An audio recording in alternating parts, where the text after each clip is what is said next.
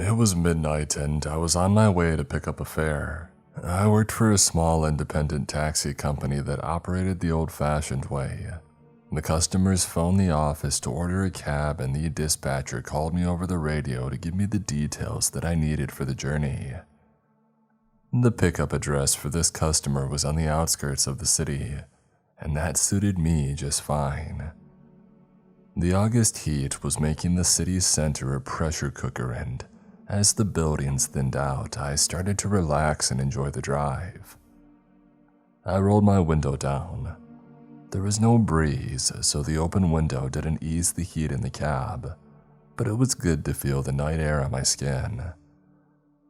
The houses that I was passing now were older and many stood in their own grounds. From the cracks in their walls and the leaves in their gutters, a good few looked like they had seen better days. I took a right onto a tree-lined avenue. The house that I was looking for was on the left. I slowed and pulled up in front of a high, ornate metal gate. Beyond the gate, a house that looked like it had been plucked from the pages of a Gothic novel waited. Arched windows stood tall in a stone facade that was decorated with gargoyles.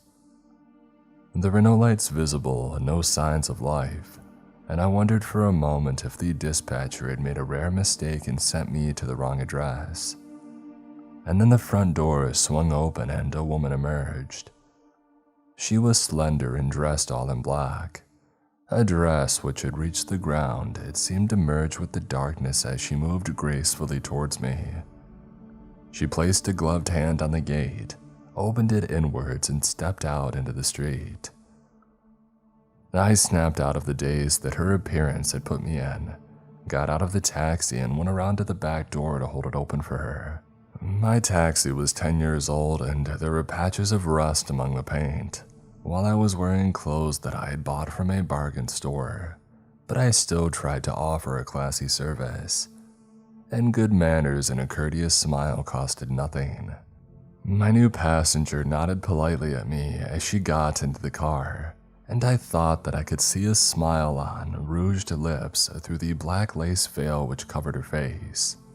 It flowed from the brim of a small hat which I imagined had been the height of fashion 200 years ago. With her settling into her seat, I closed the door and climbed back in behind the wheel. She was silent as I pulled away, and I said nothing. If a passenger wished to have a conversation, I was happy to chat, but otherwise I kept my thoughts to myself. And as we left the outskirts, the only sound was a siren rising and falling in the distance. The closer we came to the city center, though, the noisier that our surroundings became. From the frequent wail of their sirens, an emergency vehicle sped past nearby every few minutes. Music boomed from other cars. Overhead, a helicopter cut through the sky. I wound my window up and gripped the wheel a little bit tighter. My passenger's destination was in an up-and-coming area. Old warehouses lined the streets. Most were being developed into fashionable apartment blocks, and a few were complete. I could never have afforded to live there, and even if I could have, I wouldn't have wanted the current view from the completed apartments, which was of scaffolding and cranes. The street sign still needed updating as well, and I couldn't use my mobile to check because I had no signal. I thought that I was on the right road, but I was starting to have my doubts when my passenger asked, "Are you lost, driver?" There was no point in bluffing, I decided. I could tell her that I wasn't sure and would promise that she wouldn't be charged extra if the route we took was not the shortest. But I didn't get the chance to speak. Something came hurtling through the air and smashed against the windshield. I slammed the brakes on instinctively. Things had happened so quickly that I couldn't be sure, but I thought it was a bottle that had struck the car.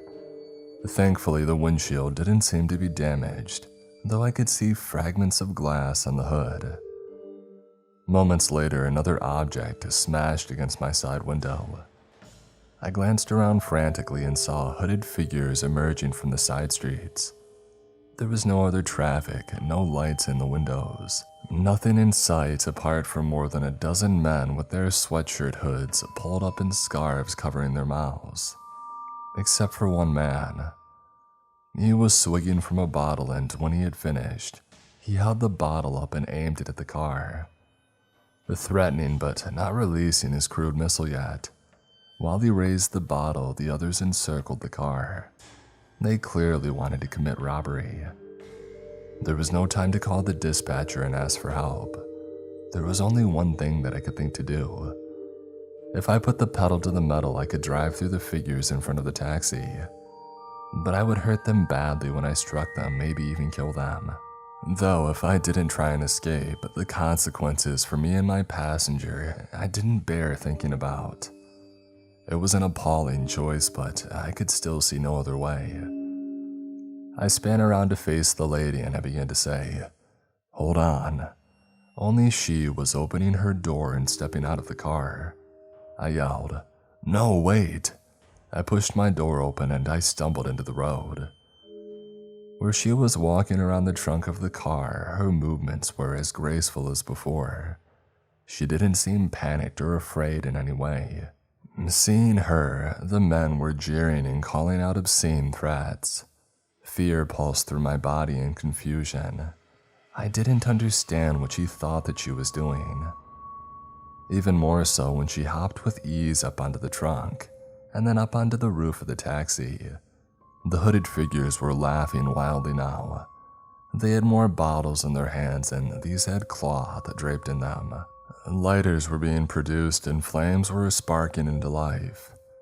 They were going to hurl the flaming bottles at us in any minute, I realized, and I felt bile rise up in my throat. The lady, though, remained a beacon of calm from her position on top of the cab. She stood tall and proud, and then she lifted her veil.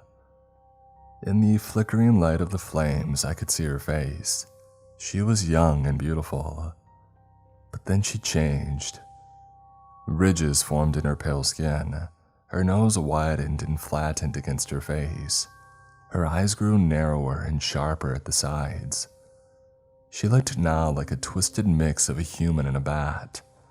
And when she opened her mouth and her rouged lips curled into a dark smile, the transformation was complete. The vampire's fangs glistened as it cried out into the night. The hooded figures recoiled in horror. Bottles were dropped and broke harmlessly in the street. Flames rippled and the trails of alcohol left. And then our would-be attackers were fleeing, slipping back into the side streets. I stood there trying to catch my breath. And the vampire was a woman once again, young and beautiful and with a relaxed smile now on her face when she held out her hand to me. I gave her my hand and she climbed down easily. Through her lace glove, I could feel how soft her hand was and how cold it was. She replaced her veil and said in a calm voice, "Please continue as soon as you are able to, driver. I hate to be late for Madame de Beau's cocktail parties." "Yes, ma'am," I managed to reply, and I opened the door for her. The rest of the short drive to her destination passed without incident. I dropped her off outside one of the newly built apartments. A doorman in the uniform welcomed her inside. I radioed the office and explained that I had cleared this job, but I needed to come back to the depot early. I could see now that there were fine cracks in the windshield and that they would need to be fixed. As I set off back for the depot, I explained to the dispatcher what had happened. When I arrived, 30 minutes or so later, Joe was standing in the street outside the depot smoking a cigar on his break. He owned the company and he worked as the dispatcher. The drivers joked to his face that this was because he liked the sound of his own voice. Joe was in his 50s and always wore a white vest and crumpled tan slacks held up by braces. He looked like he had been stocky once, but his muscles had turned to flab around the time that he had gone bald, and he was constantly wiping sweat from his face with a handkerchief in the unrelenting heat. A part of me thought Joe should give up the cigars for his health, but I knew that it was never going to happen. There was more chance of him wearing a suit and tie to work or hiring a cleaner to make the inside of the depot look less like a junkyard. He greeted me with a nod, flicked ash from his cigar onto the sidewalk, and then turned and rolled up the shutter doors which led through to the depot. I rolled the taxi inside and I killed the engine. The depot was a large open space. Behind me, the shutters rattled closed, and then Joe walked past, heading for his office.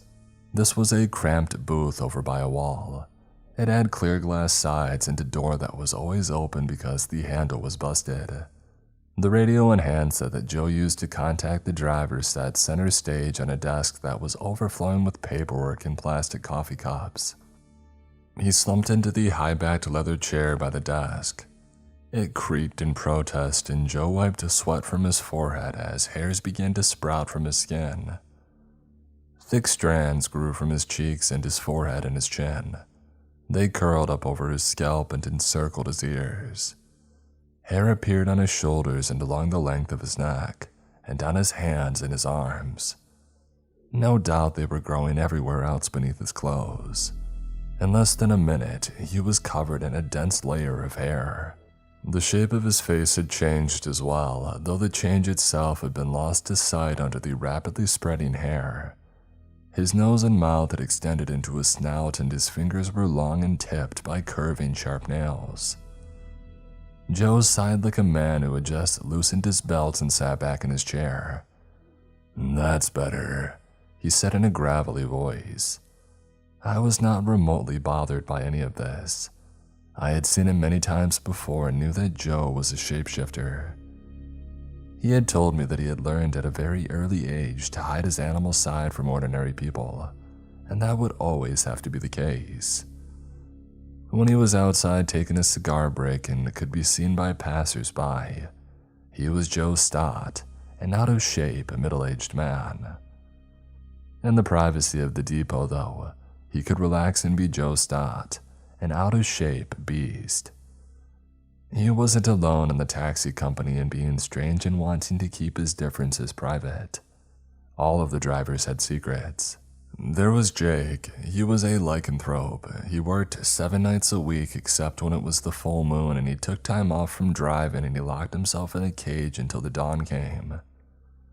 There was Sarah, and she was a siren.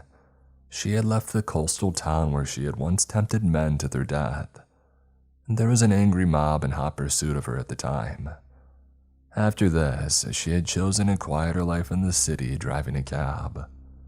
She did sometimes sing in seedy cabaret clubs to tempt men into her embrace, though that was no longer a fatal experience for them.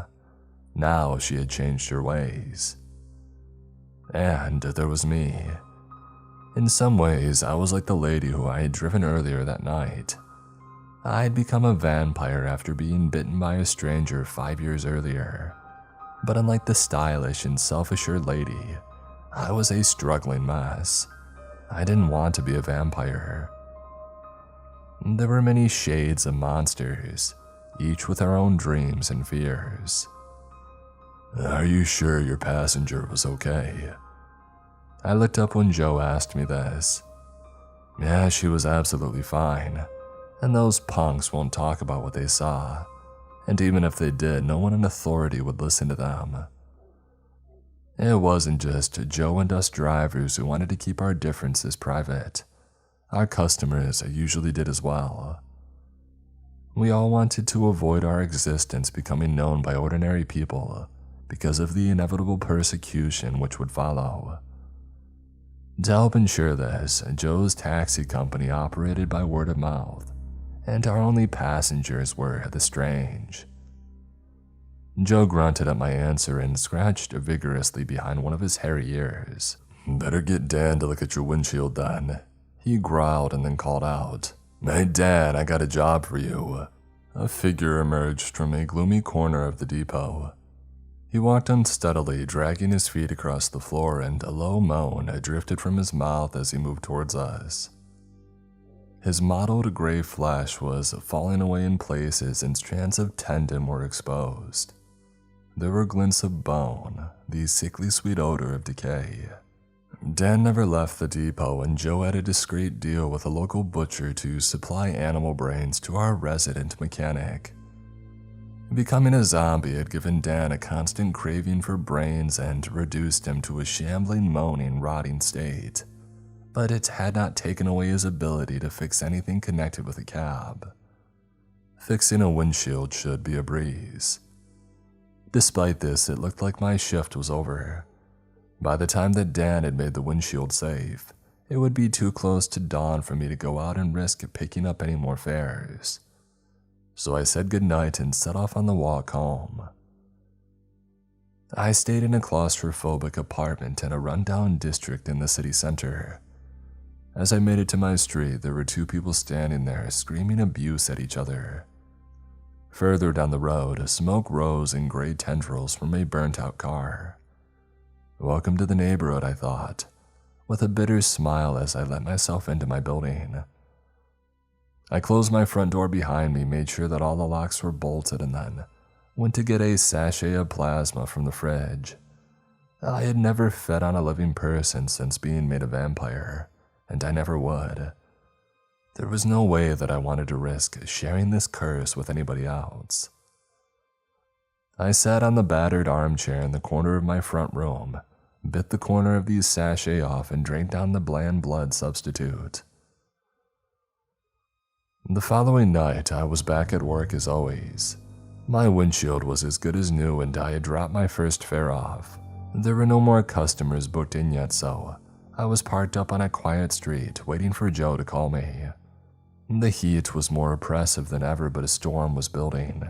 The sky was thick with dark and threatening clouds, and it was not long before a bolt of lightning split the gloom. A rumble of thunder followed, and the clouds broke and rain began to lash down. I was hoping that the taxi wouldn't leak when I heard a tapping on the passenger side window. There was a woman standing just outside.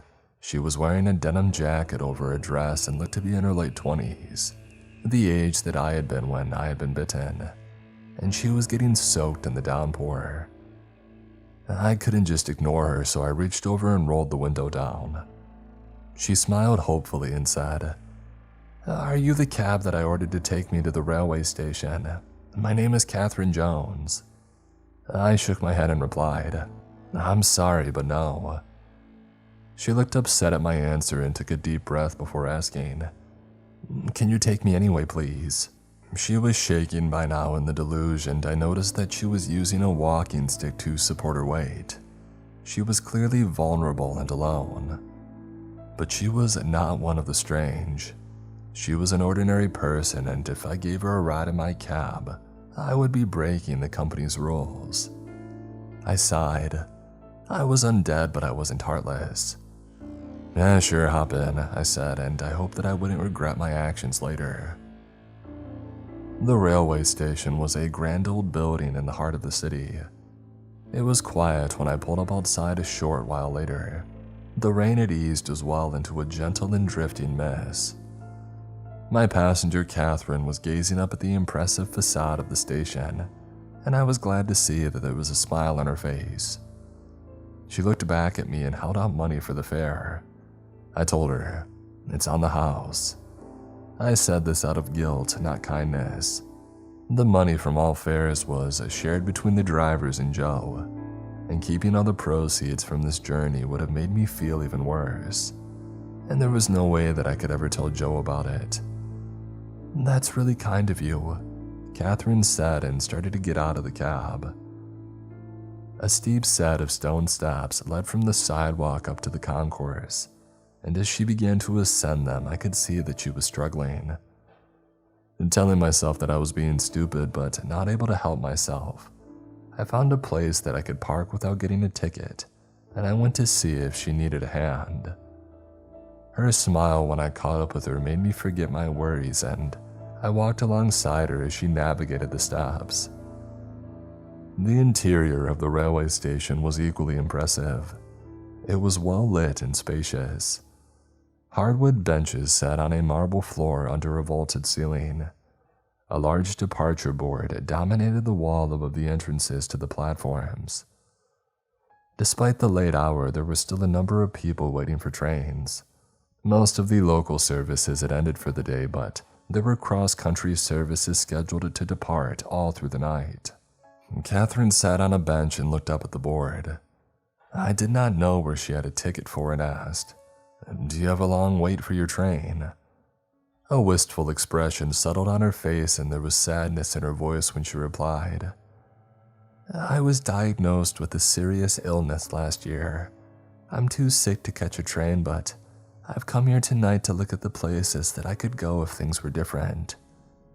I want to dream of the life that could have been, of the experiences I could have had in places that exist to me only as names on a departure board."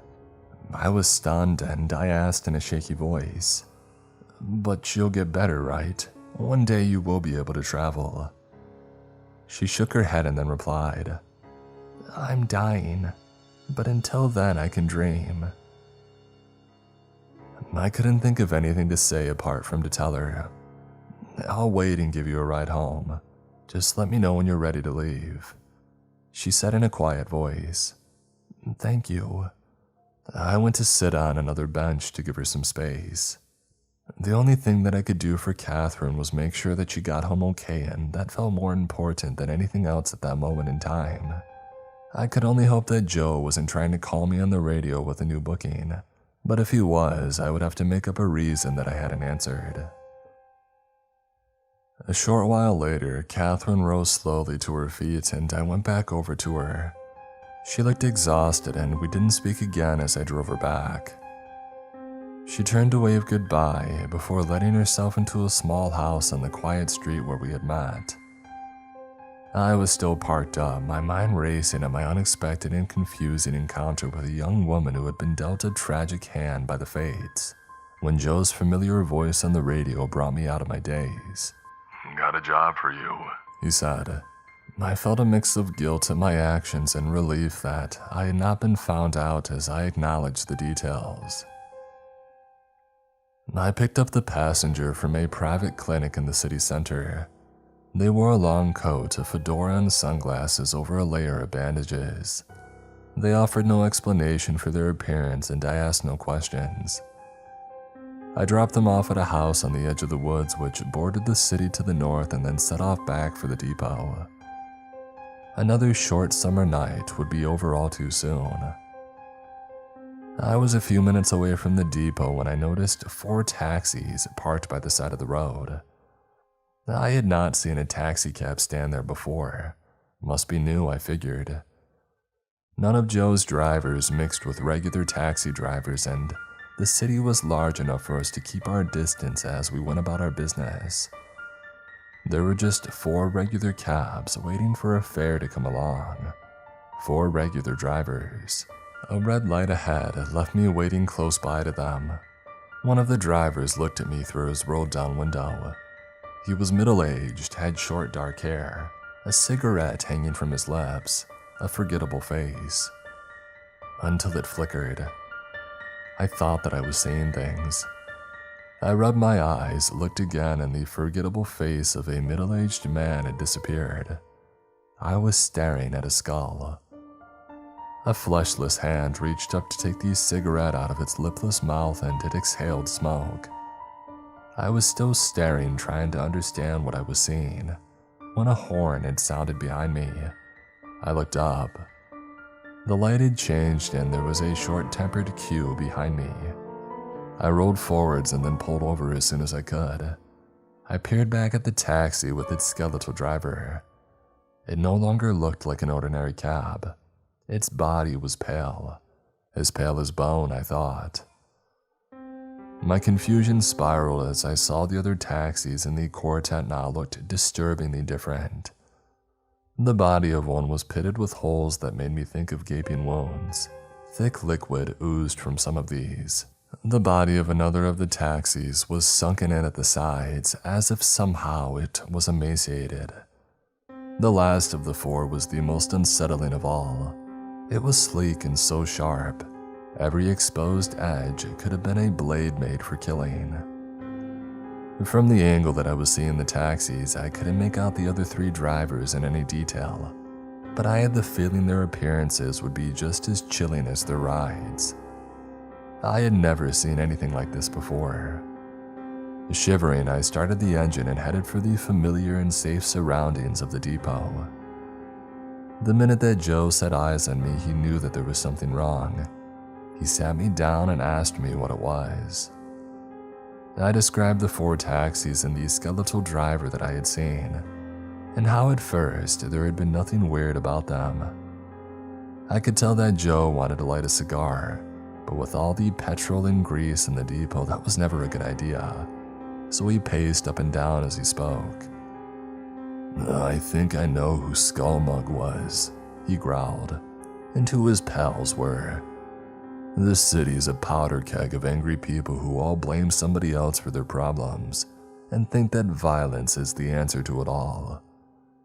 I've been afraid for a while now that all the hate is finally going to explode into a chaos from which there will be no return. Some people would call this the end times, a period which is heralded by a bunch of signs, including the appearance of 4 seriously scary dudes, the 4 horsemen of the apocalypse." I had almost stopped shaking, but when Joe said this, I felt a fresh wave of panic.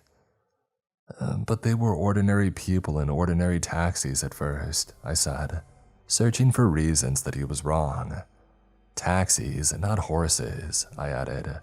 Joe crossed his hair-covered arms over his chest and said, "You saw their true forms because vampires can observe the world differently.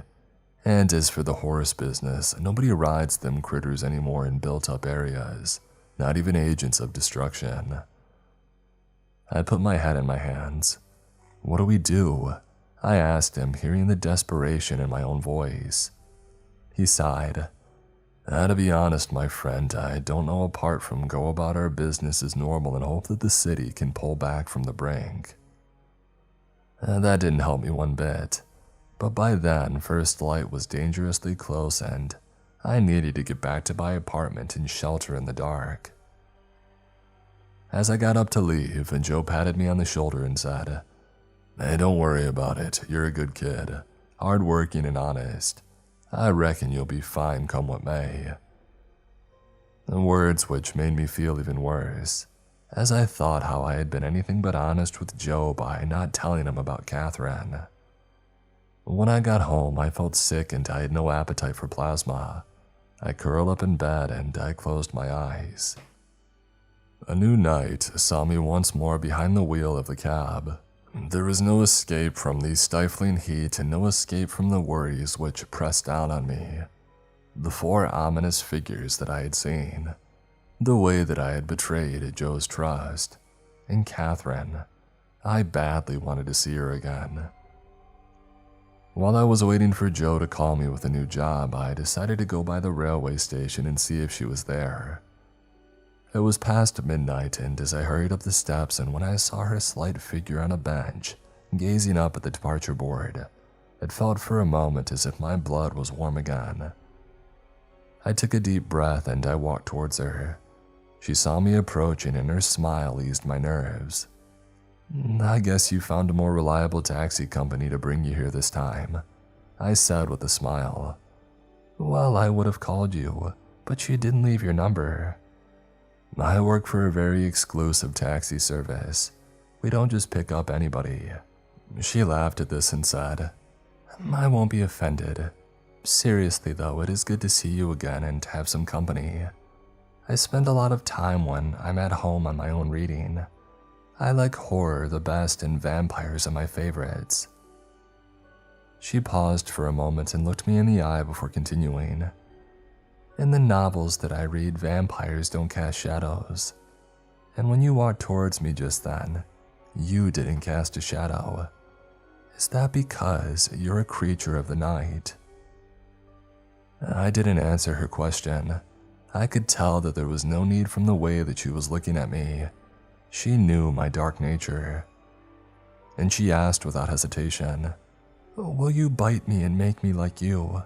I won't die then of this horrible illness. I will never die." I broke free of her gaze. I couldn't look at her as I said. The transformation after I was bitten was hideous. I retched until my guts were empty. I burnt up with a fever. I was in so much pain I thought I was going to lose my mind. "In your weakened state, I do not believe that you would survive. I can't bite you, Catherine. I'm so sorry." I could feel her gaze still on me as she said, "Please." I shook my head and whispered, "I'm sorry." and then I wiped my hand across my face and asked her if she needed a ride home. She told me that there would be no need, that she had a taxi booked. I walked away feeling like I had betrayed her as well now, feeling like I was absolute dirt. When I got back to the cab, Joe was trying to call me on the radio. Where have you been? He growled when I answered. There was something that I had to do, I replied. There was no point coming clean now. I doubted that I would ever see Catherine again, and I definitely would never drive her in my cab.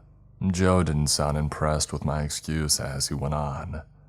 Well, if you're sure it's not too much trouble, there's a customer who needs picking up from a bar on the corner of Turner and Grieve Street. I radioed back that it wasn't a problem, and I set off. The traffic around me ebbed and flowed, and I focused on the road and getting to the destination in good time, until I saw a car in my rearview mirror that made my skin crawl. Its hood was bone white and a skull looked out from behind the wheel through empty sockets. Spread out across the lanes alongside it drove the other harbingers of the apocalypse.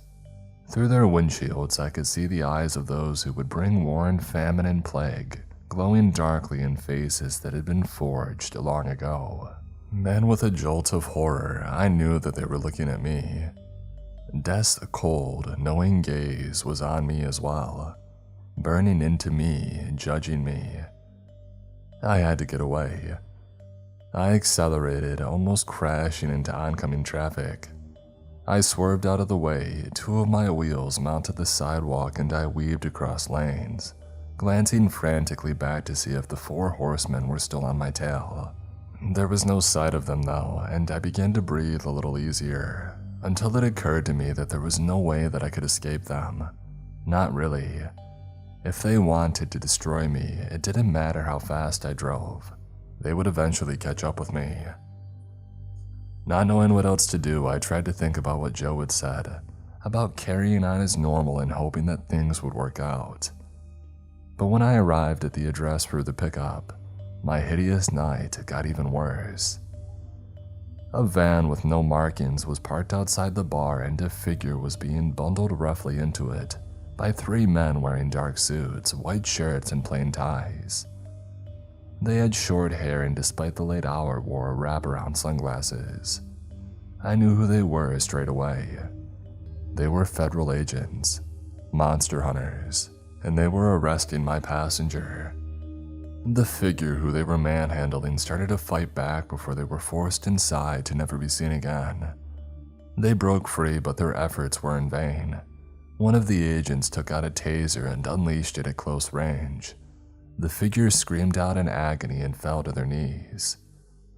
Though they were not resisting anymore, another one of the agents took out a baton and inflicted a sickening blow across the back of its head. I was distraught and I wanted to intervene, but I knew that there was nothing I could do. Agents such as these hunted in packs, and there would be more vans nearby, surveillance cameras turned on the scene, and a whole host of other agents just itching to get their hands on the likes of me. I drove on. I was barely holding it together because of everything that had happened, but I made it to the depot and I parked up inside. Joe lowered the shutter and turned to me. He was still in his human form and his skin was drained of color. I could hear the unease in his voice as well when he said, "Sarah didn't arrive to pick her fare up, and I can't get her on the radio. I'm worried that something has happened to her." I told Joe about the agents. He raised his hands to his face and swore, and then hurried over to his office. He called Jake on the radio and then told him to get off the streets. As he did, the sound of hammering on the shutters filled the depot, and a voice called from out on the street. "Federal agents, we know that you're in there. You have 10 seconds to exit." I turned to Joe. He looked lost and scared, and the agents didn't give us a second chance to come out voluntarily. A blade screamed as it began to cut through the shutter. A jagged line opened in the metal, and then boots were kicking at it, and dark-suited agents were streaming in through the opening that they had made. They grabbed me and Joe and hauled us outside. I couldn't see Dan, and I hoped that he would be able to slip away through the fire exit at the rear of the depot before the agents swept the place. One of them had my arm twisted up my back. Another gripped my scalp. They were both grinning. I hated them and hated myself, because I thought that this was all my fault. They had seen me and known what I was and followed me back to the depot. I didn't have the strength to struggle as they dragged me into the middle of the road. Joe was trying to put up a fight. He had changed into the beast and was clawing at the agents and trying to bite chunks out of them. He was outnumbered though, and I watched helplessly as the agents put a muzzle on him, handcuffed him, and began to kick and punch him. There were more agents out in the road and vans parked at angles. One of them stepped forward. He had a vile smile on his face, and I would have not been surprised to see him leave a trail of slime. "My name is Agent Jax. I'm in charge of this operation to clean up the city for freaks like you. And I would like us all to give a big hand to the monster who led us to your lair." A side door in one of the vans slid open and two agents led Sarah out into the road. Her face was bruised and cut. She looked at Joe and me and said in a weak voice, "I'm so sorry they made me tell him everything." From behind his muzzle, Joe growled, "Don't you worry about it, they'll pay for this." That bought him a blow from a baton and he crumpled to his knees. Agent Jax grinned and said, "This is what things like you deserve, and I won't rest until every last one of you is captured or killed." From the malicious expression on his face as he said killed, it was clear which one he preferred, and I kept as still as I could. I suspected they would kill us at the slightest excuse. Joe knew this as well, I was sure, and I could see the anger and frustration burning in his eyes. It was over for us. The agent started to lead me and Joe to separate vans, but before they could throw us inside, 4 cabs drove slowly up the road. They pulled to a halt and their drivers stepped out.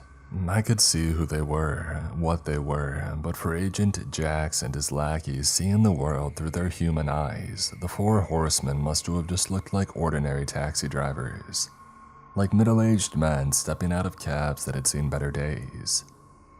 "Get out of here, this is federal business," Agent Jax said. There was a sneer on his face. At first, and then he looked confused. "What the?" he muttered. I looked around at the other agents. They were shocked by what they were seeing as well. I figured the 4 horsemen had revealed their true faces to everybody gathered there. The agents were seeing what I saw. Death stepping forwards, its empty eye wells of darkness, its mouth a void from which words came. "There is evil here," Death said. Agent Jax gulped in a breath and said in what I guessed he hoped was the voice of authority, "That is right, and we are here to take the evil off the streets." Death turned its gaze towards him and said, "You are the evil here." And then it turned to the horseman whose cab was pitted with wounds. This horseman raised an arm ravaged by disease and pointed at Agent Jax. The skin on his face began to bubble and blister, and then boils began to appear. They were huge and fiery. They were all over his face, and they were in his eyes and in his mouth when he opened it to scream. But all that came out was a strangled gasp, and he fell to his knees, grasping his throat. The diseased horseman moved its hand then towards a manhole cover in the road. Moments later, the ground beneath us began to shake and the manhole cover was rattled aside. A torrent of rats appeared. They scurried towards the agents and ran over their feet and scrambled over each other to climb up the agents' legs. The agents yelped and tried to shake and push the rats off, but more rats had appeared from another opened manhole cover and the agents were being overwhelmed. They turned and ran. One of them tripped in the chaos and seconds later were covered in rats. I could make out their fangs as they bit. The agent cried out, but his pleas for help were lost beneath the squeals of the rats. They were in a feeding frenzy and the agent didn't stand a chance. I turned away from this hideous spectacle. The other agents were not trying to help, they were too busy saving their own necks. Within minutes, they had all fled and the horseman was directing the rats to return to the sewer. As the last of the longtails slipped away from view, Death said, "We are not needed in this city. Not yet." And then it returned to its taxi and started the engine. Its grotesque kin did the same, and the four drove away, leaving me, Joe, and Sarah on the road. Sarah ran over to Joe and helped him to his feet. "Let's get this thing off you," she said, and led him back into the depot. I looked back at the road, and the remains of the federal agent lay unmoving near the abandoned vans, his flesh torn away. A second ravaged corpse knelt nearby. The rats had devoured the boils and the pus and the flesh, and this was all that was left of Agent Jax. I felt no pity for either of them, just an overwhelming sense of sadness at the prejudice which fueled the monster hunter's actions. Trying not to think about them, I followed my friends into the depot. Dan must have hidden when the raid had started. He was there now, cutting the muzzle off of Joe with a pair of bolt cutters. Joe threw the foul thing to the ground and said, "The agents will come back and we won't have the four horsemen in our corner. We have to get out of the city." I hated the thought that we were being driven out by hate, but I knew that Joe was right. This was about survival now. Joe radioed Jake and explained what had happened, and then listened to Jake's reply. He came back out of his office and told us, "Jake's going to come and get us in his taxi and we're going to drive off into the sunrise." "That won't work for me," I replied. "Even if I could fit in the boot, the daylight would filter through. I'll head back to my apartment and hide up. At nightfall, I'll follow you. Message me and let me know where you're at." With our plan agreed, I climbed back into my cab and raced through the back streets, where there were no CCTV cameras that could give me away to the feds. I ran into my apartment as the first light of the new day was banishing the dark. I forced myself to drink plasma to keep my strength up, and then sat with my back against a wall, my knees hugged to my face.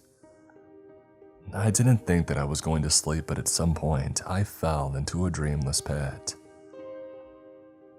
When I woke, I felt like the walls were closing in on me and I was gasping for breath. I scrambled to my feet. Night had returned and I could leave. But before I caught up with others outside the city limits, there was something that I had to do. I drove to the quiet street where I had met Catherine and I knocked on her door. I hoped that she hadn't set off yet on her nightly trip to the railway station and I would find her still in. The encounters with the four horsemen and the federal agents had made me think again about her plea for me to bite her and give her a dark life. I had decided that if she was willing to take the risk, then I would be on her side every step of the way during the transformation, and perhaps our new futures could intertwine. Maybe we could spend our nights side by side. My nerves were dancing as somebody approached the door from inside. It clicked open, only it wasn't Catherine. It was an older lady who resembled her. I could see that she had been crying. She smiled at me sadly and said, "Are you the taxi driver? I'm sorry, I should have canceled the booking, but there's been so much to do since Catherine passed away this morning." Sadness enveloped me. There was no point explaining that I wasn't from the taxi company that Catherine had used to take her to the railway station. She was gone and there was nothing that I could do, nothing that I could say apart from, "That's okay, sorry for your loss." I walked back to the taxi and drove out of the city for the last time. There was only one thing that I knew for sure anymore as the miles passed away. The night is the loneliest place.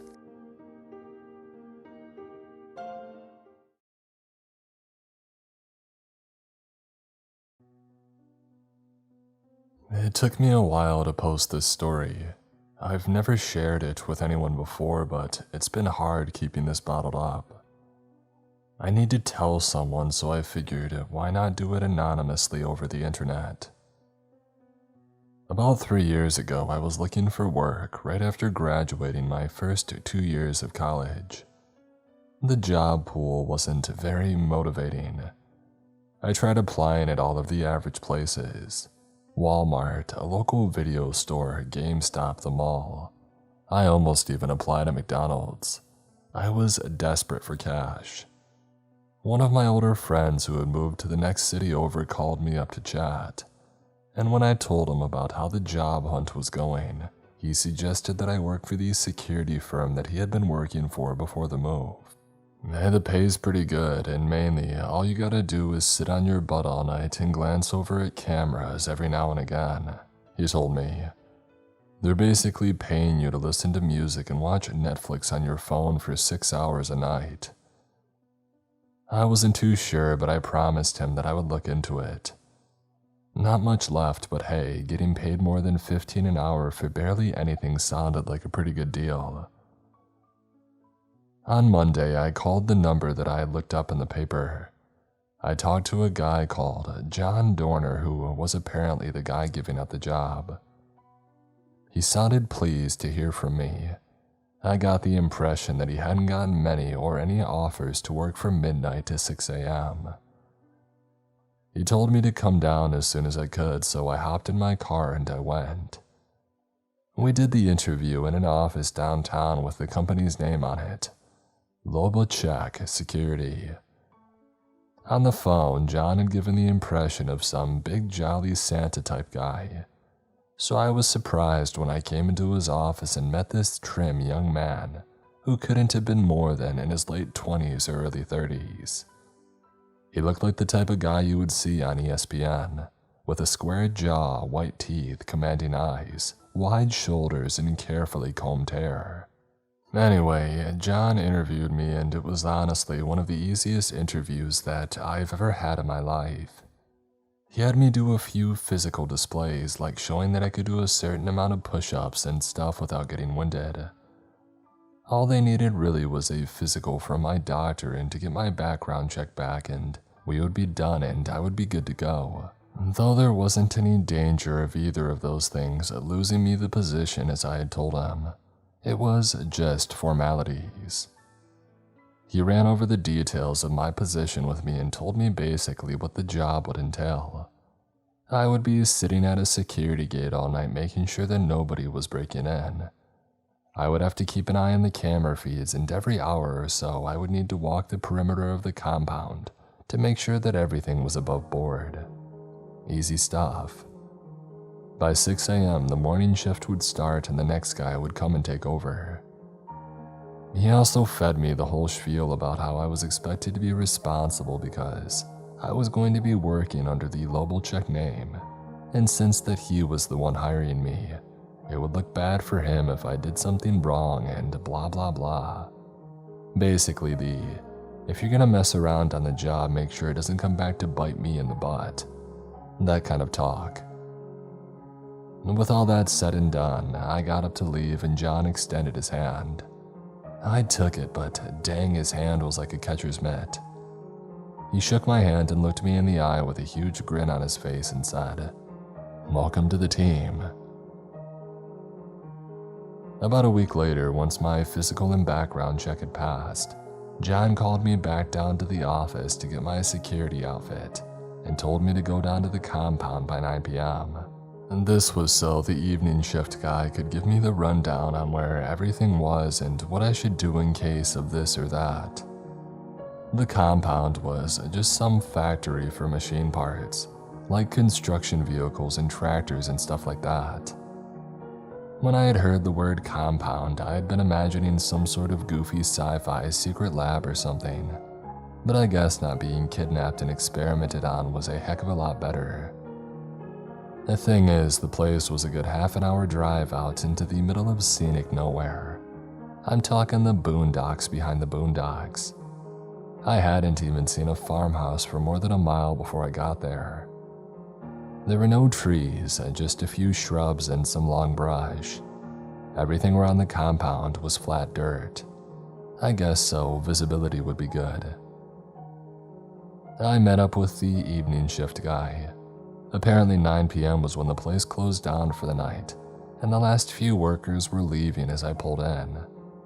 I guess he hadn't been expecting me, but he just shrugged. I guess the information hadn't been relayed to him. No big deal though. I was used to past bosses not communicating well at all.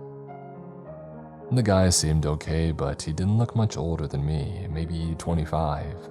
I'll call him Seth, and I instantly knew that me and him would get along when his first words to me were, "This place has open Wi-Fi," with a smirk on his face. Seth showed me the setup in the guard box, the controls to operate the gate and the different camera feeds, and then we went out to walk the compound for the first time. So at 9 p.m. the perimeter alarm turns on and the alarm will go off whenever anything hits the fence. What, like people? Nah, mainly just raccoons, possums, squirrels. Mainly. Well, yeah, sometimes we'll get a couple of coyotes and maybe a deer every now and then. Nothing to worry about, really. Barbed wire keeps most of the bigger stuff from crawling over, like raccoons. Am I gonna need to run out here to chase off raccoons all the time? I asked him. Nah, if you can see on the camera that's what's setting off the perimeter alarm, you don't need to bother. I mean, technically we're supposed to, but after you have to run about 300 yards to the northeast corner just to spot a rabbit or something, it gets old pretty quick. If I can spot it on the camera, I just leave it alone. Haven't had any problems so far. Never had anybody actually try getting in. Seth laughed. Dude, we're out in the middle of nowhere guarding a place where they build farm equipment. Not really anything worthwhile for somebody to come and steal. He stopped for a second and then added, "Oh, and Sawyer." Sawyer? He's the guard cat, Seth said. One of the guys who used to run security here found him out in the yard one night and brought him back. He's basically everybody's pet here. He might set off the alarm once or twice a week if he's going after a field mouse or something. Just let him come and go, nobody really cares. We walked around the rest of the compound and Seth showed me where every camera was at. It was a decent size, taking us a little more than 10 minutes to make our way back around the factory to the guard box at the front gate. Seth told me that all I really needed to do when I came out every couple of hours was to make sure that nobody was in here. Something not really hard. I mean, what would they do? Tunnel underneath the fence. And to make sure that there were no breaches in the fence where somebody might be able to get in. Basically, just go for a little walk every now and then and get some fresh air, he joked. Seth and I sat in the guard box for the next couple of hours until his shift ended and mine began, just shooting the shit. At one point, a scruffy-looking brown cat came waltzing in and brushed up against my legs. I reached down to pet him, and that's when I noticed it had something in its mouth, and I drew my hand back so fast that I almost hit myself in the face. "Hey, it looks like Tom Sawyer brought you a little welcoming gift," Seth laughed. It was the biggest rat that I had seen in my life, like this thing could probably pass off as a chihuahua in the right light. What was worse is that it wasn't dead. Sawyer had ripped the thing open from the throat to the crotch where he had it in his fangs, and its guts were hanging out, but the rat was still squirming weakly in his mouth. I was glad that I hadn't just eaten dinner. Seth grabbed Sawyer by the scruff of his neck like a mother cat and gave him a little shake over the trash bin until he dropped the creature into the garbage, and then he stepped outside and pitched it over the fence into the dirt. When he came in and sat back down and saw my disgusted face, he smiled. "Yeah, Sawyer will do that from time to time. He brings you little presents like that to show that he likes you. Just toss him and something will come by later and get it." He scratched the cat between the ears and it cuddled up next to his feet, looking up at me, almost like it was waiting for me to say thank you. About an hour later, Seth finally left and I was on my own with Sawyer as my only company for the next 6 hours. Now I'm sure this is the part where you would expect for shit to suddenly hit the fan. Well, sorry to disappoint, but it didn't. Everything went fine. In fact, the alarm never even went off that night. For the next week, it was like that. I would sit in my box watching videos on my phone or texting, whatever, and Sawyer would either be curled up near my feet, out hunting, or just wandering in general. The perimeter alarm was set off a few times, but it was only ever a squirrel or a possum like Seth had said, or a Sawyer out prowling around. Sawyer was even kind enough to bring me one of the squirrels one night. gutted just like the rat that he had brought me the first night, and I patted him on the head and tossed it over the fence, and just like Seth had said. Seth had been right. Some animals came by at some point and took the remains away when I wasn't paying attention. It went on like this for about another week, and that's when shit started getting kind of weird. One night I was sitting in the guard box playing on my phone when the alarm went off for the southwest fence. I looked at the camera but I couldn't see anything. I gave it a couple of minutes, but when nothing popped up on the feed that could have set the alarm, I grumbled and got to my feet, clicked on my flashlight and stepped out to go and check it out. "Sawyer, you keep an eye out for anything suspicious," I joked as I left the box. Sawyer just raised his head and gave me a smug cat look as if to say, "I'm the only one who does any real work around here." It was pitch black out there in the yard surrounding the compound. It was cloudy that night, so there was no light from the moon. There were lamp posts along the fence, but they were so few and far between that I would be walking in total darkness for a good 2 minutes before reaching the next one. I waved my flashlight around slowly, not wanting to wind up getting attacked by a raccoon or something by tripping over it in the dark. And that's when I heard it. The fence rattled in the dark like something was climbing on it. I waved my flashlight along it and came to the part of the fence that was still shaking back and forth. There was nothing there. I scanned the dark portion of the yard with a wide sweep of my light, but whatever had been on the fence must have dodged the heck out of there when it heard me coming. I shrugged and muttered, "Raccoons," and I turned to head back to the guard box. But that's when something else caught my ear. A really low and soft growl. It sounded kind of like a dog but didn't have quite the right inflection to it.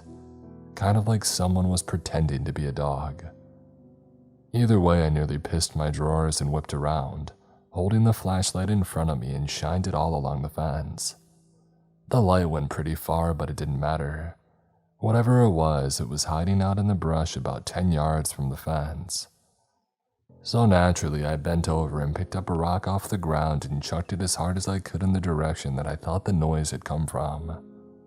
Whatever it was, it must have gotten spooked, because I could hear something go crashing through the brush away from the fence and into the night. I shuddered a bit, backing away a few steps from the fence, and then I felt like a huge baby.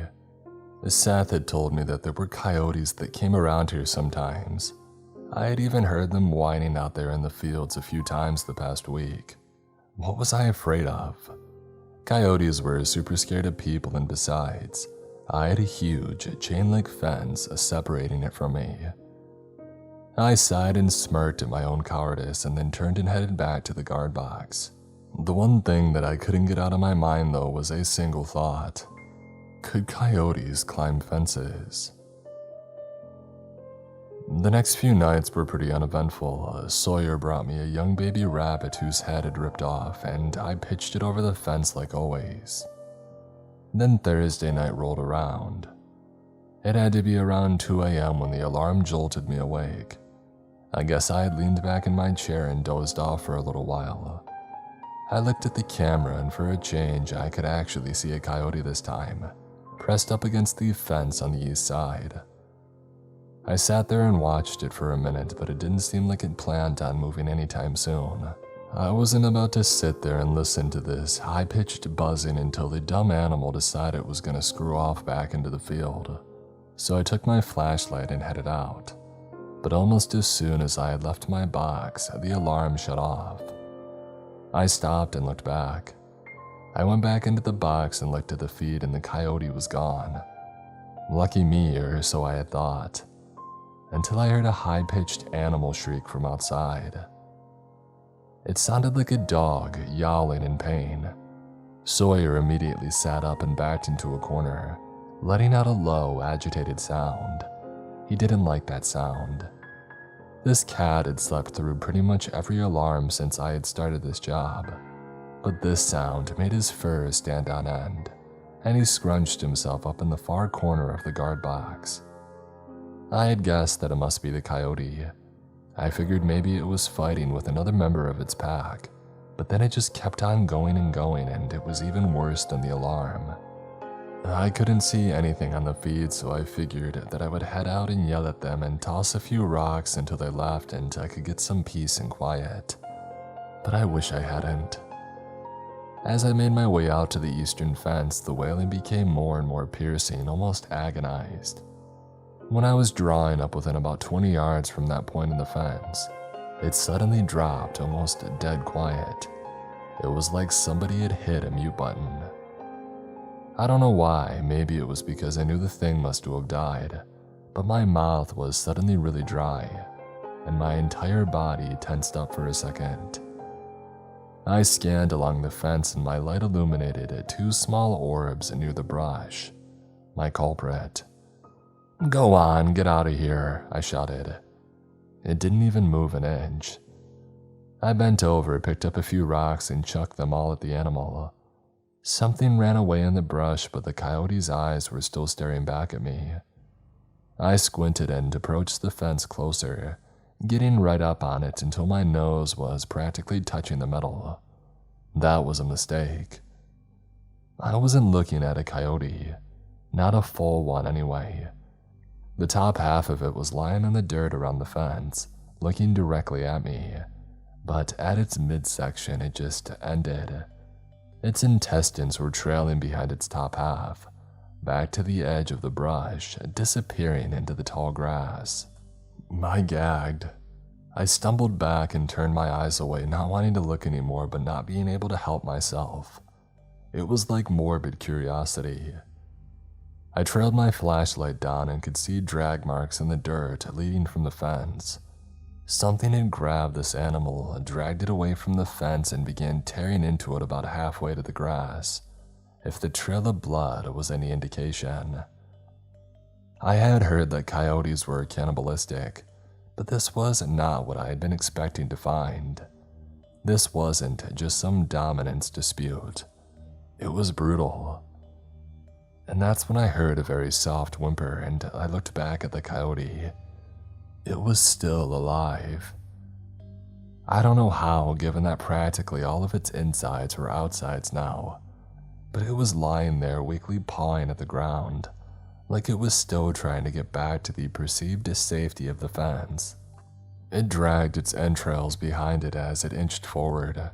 I covered my mouth. I didn't want to watch. Seeing anything in pain like this was just wrong in my mind, but it was so surreal that I couldn't help myself.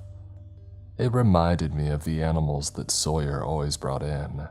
All at once, I heard a snarl and then the coyote's intestines went taut, and I watched in horror as the rest of the animal was dragged by its own living guts back into the brush and disappearing completely from view. And then it was quiet. There was no final yelp, no growl or movement. Everything was just still and quiet. "Oh, screw that," I said out loud, and turned abruptly and jogged my butt back to the guard box. I came back in and Sawyer was still scrunched up in the corner. I sat down and swiveled my chair to face out of the box. There was no door. I just stared outside along the southern fence, along the spaced-out lampposts, all the way to the eastern corner, disappearing along the side of the factory. I didn't feel safe. I looked over at Sawyer and I guess I was maybe trying to cope with the messed up stuff that I had just seen, but I said to him, "Yeah, $15 an hour ain't enough to deal with freaking werewolves or chupacabras or whatever that was, man." Sawyer looked up at me and let out that same agitated noise that he had made earlier, as if he was agreeing with me. I didn't get back on my phone for the rest of the night. Sawyer and I just sat there near the back of the guard box, staring out into the dark. And the alarm didn't go off again. Once the morning guy showed up to take over, I told him what had happened last night, and he went with me to see. The blood was gone. It was like somebody had come by and just sucked it up with a carpet shampooer or something. I swore up and down that what I was saying was the truth, but the guy just told me that I must have had a nightmare, and that he would let it slide and wouldn't tell the boss if I was falling asleep on the job, but to not let it happen again. That night, I told Seth about what had happened. He also didn't sound very impressed. Dude, I mean, we do have cougars around these parts. It's nature being nature, he said, not really focusing on me and scratching Sawyer's back. I'm telling you, it's like something out of a horror movie, I stammered, taking a quick glance over my shoulder. It dragged it into the darkness and that was it. Some, and they were never heard from again type stuff. You've got Mace, Seth said. You think Mace is gonna stop a mountain lion? I mean, are you sure that you didn't fall asleep? I didn't fall asleep. I was getting pretty pissed off. Okay, I just mean, what the hell happened with all that blood you said you saw then? I don't know. It was like somebody had come by and swept away all the blood-stained dirt along the fence, along with any evidence that my story had. I don't know, dude, something just isn't sitting right with me. I'm not sure that I want to keep doing this. Oh, don't quit just because some coyotes were getting antsy, Seth said, putting Sawyer down. Look, what if I stick around for a little while with you? If any weird shit happens, then I'll be able to back you up on it. Won't you get into trouble for that? I asked. Seth only shrugged. As far as I'm concerned, if it ain't on company time and you're here, what the heck are they going to complain about? Seth stuck around for about 3 hours. Absolutely nothing happened. About 2:45, Sawyer came waltzing into the guard box with a half-dead squirrel. Seth pitched it over the fence like usual. We went out a few minutes later to walk the perimeter again, and when we got back to the guard box, Seth finally decided that he had had enough. I mean, I couldn't blame him. Now I looked like I was just being a huge baby. But that's when we noticed Sawyer, scrunched into the back of the guard box, making that low grumbling noise that he had made the other night with the coyote. What's wrong with you, Tom Sawyer? Seth asked, bending down to pet the cat. Is old Joe out there killing coyotes? Tom bit Seth on the hand and then fled out of the guard box. Ow, what was that for? He cried, grabbing his hand. Stupid cat, the heck's wrong with him? He was acting this way the other night too, I said, now on full alert for any sounds.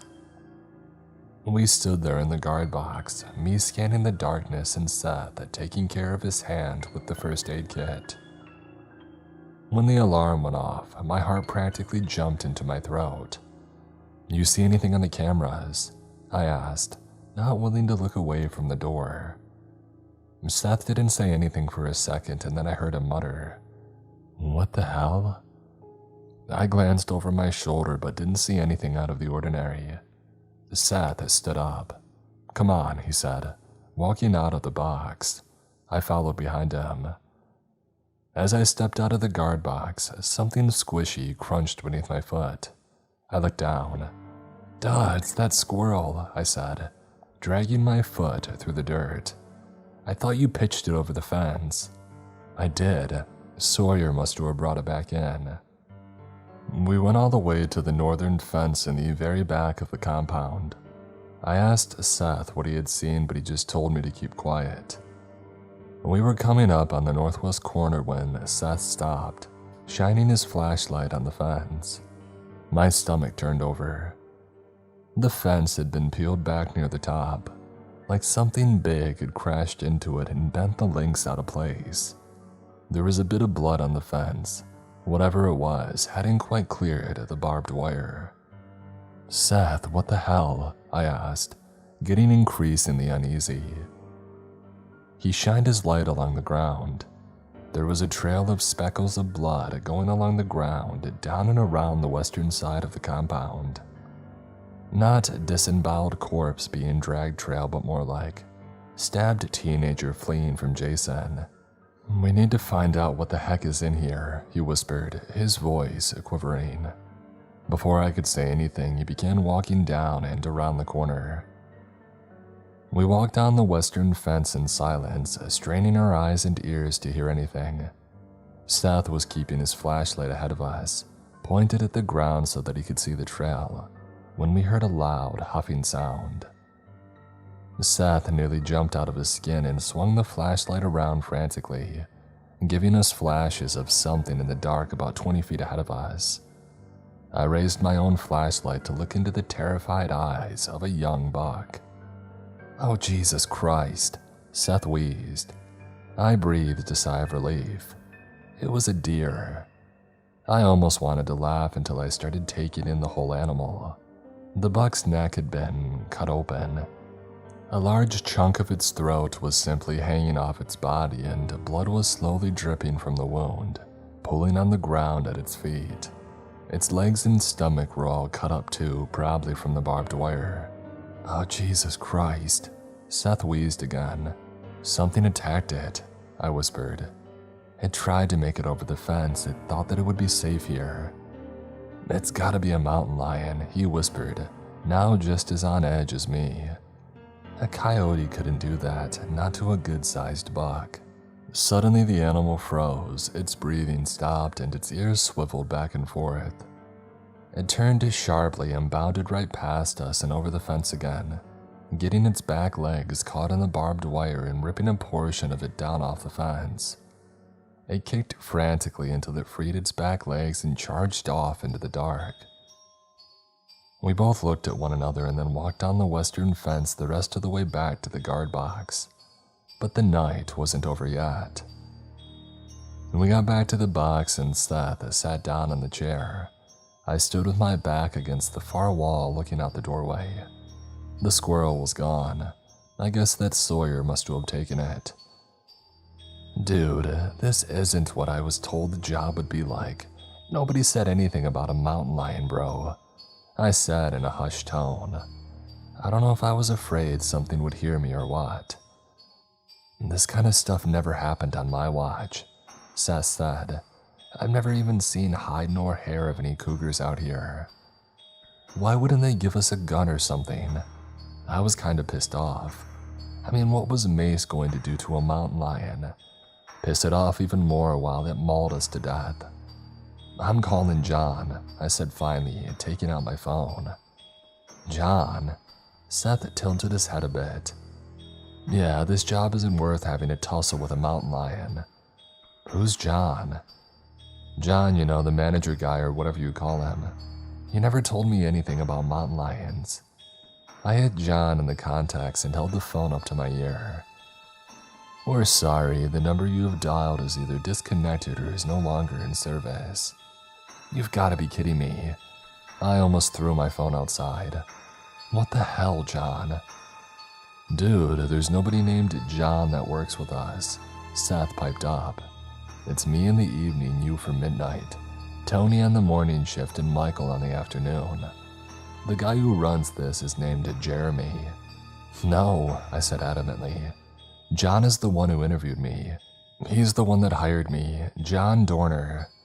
I'm telling you, there's no John Dorner working with us. I don't know who the heck you talk to, but they definitely aren't with Canton Security." "Canton?" "Yes?" Something wasn't right, that was obvious. My pulse started to quicken, my throat was dry, and I began to sweat. Not Lobo Check Security." "Lobo what?" "We work with Canton Security, man, Jeremy Canton. Never even heard of what you're talking about." I tried my phone again, and I put in John's number myself this time. Still the same message. "We're sorry, the number you have dialed is either disconnected or is no longer in service." I looked down at my phone. My mind was a total blank. I slowly looked up at Seth. Well then who was I?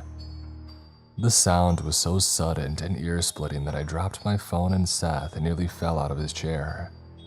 Somewhere outside of the front gate, a cat was screaming. "Oh, Jesus Christ, Sawyer," Seth yelled, scrambling to his feet and leaning outside. "Hit the gate," he said, and rounded the outside of the guard box. The gate slid open and Seth went out about halfway to the brush with his flashlight, scanning it for Sawyer. Suddenly, the noise stopped. I couldn't hear anything but my own racing pulse beating in my ears. Seth called out to Sawyer, trying to call him in, but there was nothing. After a minute, he began to slowly back up to the gate. And that's when I saw something out of the corner of my eye come flying out of the grass. It smashed into the window with a loud bang only a few feet away from Seth, and he shouted and stumbled backward. If I hadn't been leaning against the wall, I would have tripped up too. There was a trickle of blood running down the front of the window. I called out to Seth, and all I heard was a sob in response. I cautiously made my way out and crept around the back of the guard box and came up behind Seth. He was frozen, looking over at what had hit the window. I'm sure you can guess what it was. I don't want to go into detail. "I'm done," Seth shouted, frantically crawling up to his feet and sprinting for his car. I didn't need any encouragement to follow him. He wrestled with his keys for a moment, and I urged him to hurry up, looking all around us, listening. When the grass a few yards away began to rustle, I swear to God I thought that I was going to faint. Seth got his door open, jumped in and slammed it shut, unlocked my side and did the same. He put the keys in the ignition and nothing. "Wait, come on," he shouted, slamming his fist on the wheel. "What the hell?" Something rushed from the grass and slammed up against the car. We both screamed, and I screamed even louder when I saw what it was. There, staring at me from Seth's window, was the guy that I had known as John Dorner. This time, however, his eyes were manic and bloodshot, and his hair was a wild mess. He was caked in a bit of fur and blood. His teeth were coated in dried blood, and drool was running down his face. He was breathing hard, fogging up the window. He tapped on the window with a blood-clotted knife that he had in his hand, and then let out a joyful, depraved-sounded sigh that turned into a giggle. "It's John," he breathed in a sing-song tone. "Here to check on you." Neither of us could speak. I couldn't breathe. John crouched down and made his way over near the guard box, crawling on all fours like some wacko Tarzan. I didn't want to turn around. I could see what he was doing in the rearview mirror, though. He was eating. Oh, Jesus Christ. He came back over, carrying something that he had mashed him against the window and smeared it all over, and then he started licking the window clean. So good. Best thing I've eaten all night. Seth was crying. I'm pretty sure that I was too. I can't really remember what happened after that. I think my mind might have temporarily just shut off. What I can recall, the guy just sort of vanished back into the brush. Seth and I sat in his car for the next 3 hours. We didn't talk, we didn't move a single muscle. We were too afraid that he would come back. When Tony, the morning guy, came to relieve me, he found us both completely freaked out of our minds. When we called the cops shortly after, they looked around the area and the fields surrounding the compound. Other than finding dozens of mutilated animal corpses, there was no sign of this supposed crazy mystery man. Tony thought that we had been up all night doing drugs. When everything came to light, it turns out that I had never actually been hired by anyone. Nobody, I guess, brought me starting here up to that Canton guy, and when he heard my name, he said that he had never spoken to me before in my life. The police reviewed the security tapes, but the tapes cut out before 3 a.m. It seemed as though a frayed wire was to blame. Just poor wiring, they said. Poor wiring. The police told me that John Dorner was the name of a man who had died in the 1960s.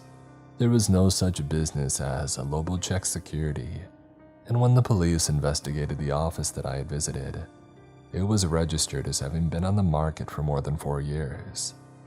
Not a single trace was left that this guy even existed. The police said to call them if anything else were to happen, but they literally had nothing but the word of 2 mentally unstable 20-somethings to go on, and it seemed pretty clear that they didn't really believe us. I tried calling my friend who told me about the job, but he never answered any of my calls or messages. I haven't heard from him since. Seth quit after that night, and I would have too had I actually been working there. For more than a month after that, I didn't sleep through the night. I barely slept at all. Every single noise that I heard was not John. Every single electronic noise was the alarm for the fence, telling me that he had come back to get me.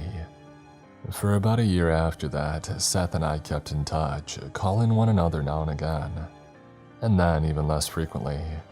Then for over a year we didn't speak at all. I don't think either of us really wanted to be reminded of that night. I've chosen to tell you this story because last week, I get a voice message from Seth's number. Only there wasn't a message, just noises, like someone chewing with their mouth open.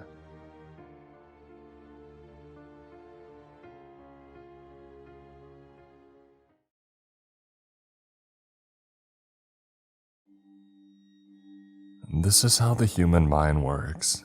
When you're walking through a forest, you don't think too much. You just let the silence surround you, feel the soft breeze and the branches crack under your feet. It's in our nature to yearn for such scenery. No matter how much we thrive in busy, concrete-soaked cities, forests are always welcoming and refreshing to us. The air is clear and crisp, and daylight plays hide and seek through the tall branches. It's inspiring and beautiful. Sometimes, though, as you walk on your path, your mind begins to focus on small things. Noises, gusts of wind, shadows in the trees. Such silence can be both welcoming and unsettling. It depends on how you view it. The forests are double-sided coins. They hide you away from the tiring city landscape, but expose you to another environment. You're not in control anymore because this is not your home. You can lie to yourself and build a house there, but you don't belong in a forest. You're merely a visitor. That's national parks for you. An illusion of being in control. The fake freedom you feel when you walk on those marked paths and camp in the square assigned to you. When you think the silence around you is peaceful, but even the silence is an illusion. Visit a forest again, even when it's silent. Is it really? It's not.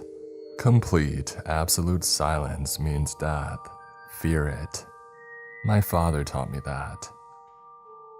He's a park ranger and he's been doing this job since forever.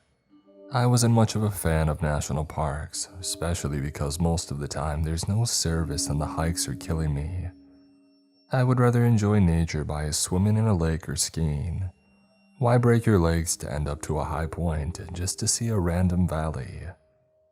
Not to mention the animals. They were everywhere, and the insects always got on my nerves too. I never understood his love for the forest. I guess that was one of the reasons why he started telling me scary stories from his night shift. Looking back, they were obviously made up, but to younger me, they seemed believable. I used to think that he was so brave for working the night shift. As I got older and I got into horror, and even if I didn't believe in his forest creatures anymore, I still liked the idea of spending the night in a small cabin in the middle of nowhere, just for that dose of adrenaline. When my father said that he wanted to take me with him, I had accepted immediately. I knew why he had offered. See, over the past years, our relationship had taken a big hit. I guess I was growing up and he didn't know how to handle that. He had become emotionally distant and seemed to repel any of my tries to open up to him. In return, I had become uninterested and irritable. In the words of my mother, this would have been a fun way to bond, I guess. We arrived at the park around 9 p.m. His shift started at 10 p.m. and ended at 6 a.m. His Jeep pierced through the darkness and ventured into the woods. The headlights flashed the trees, turning them white against the black sky.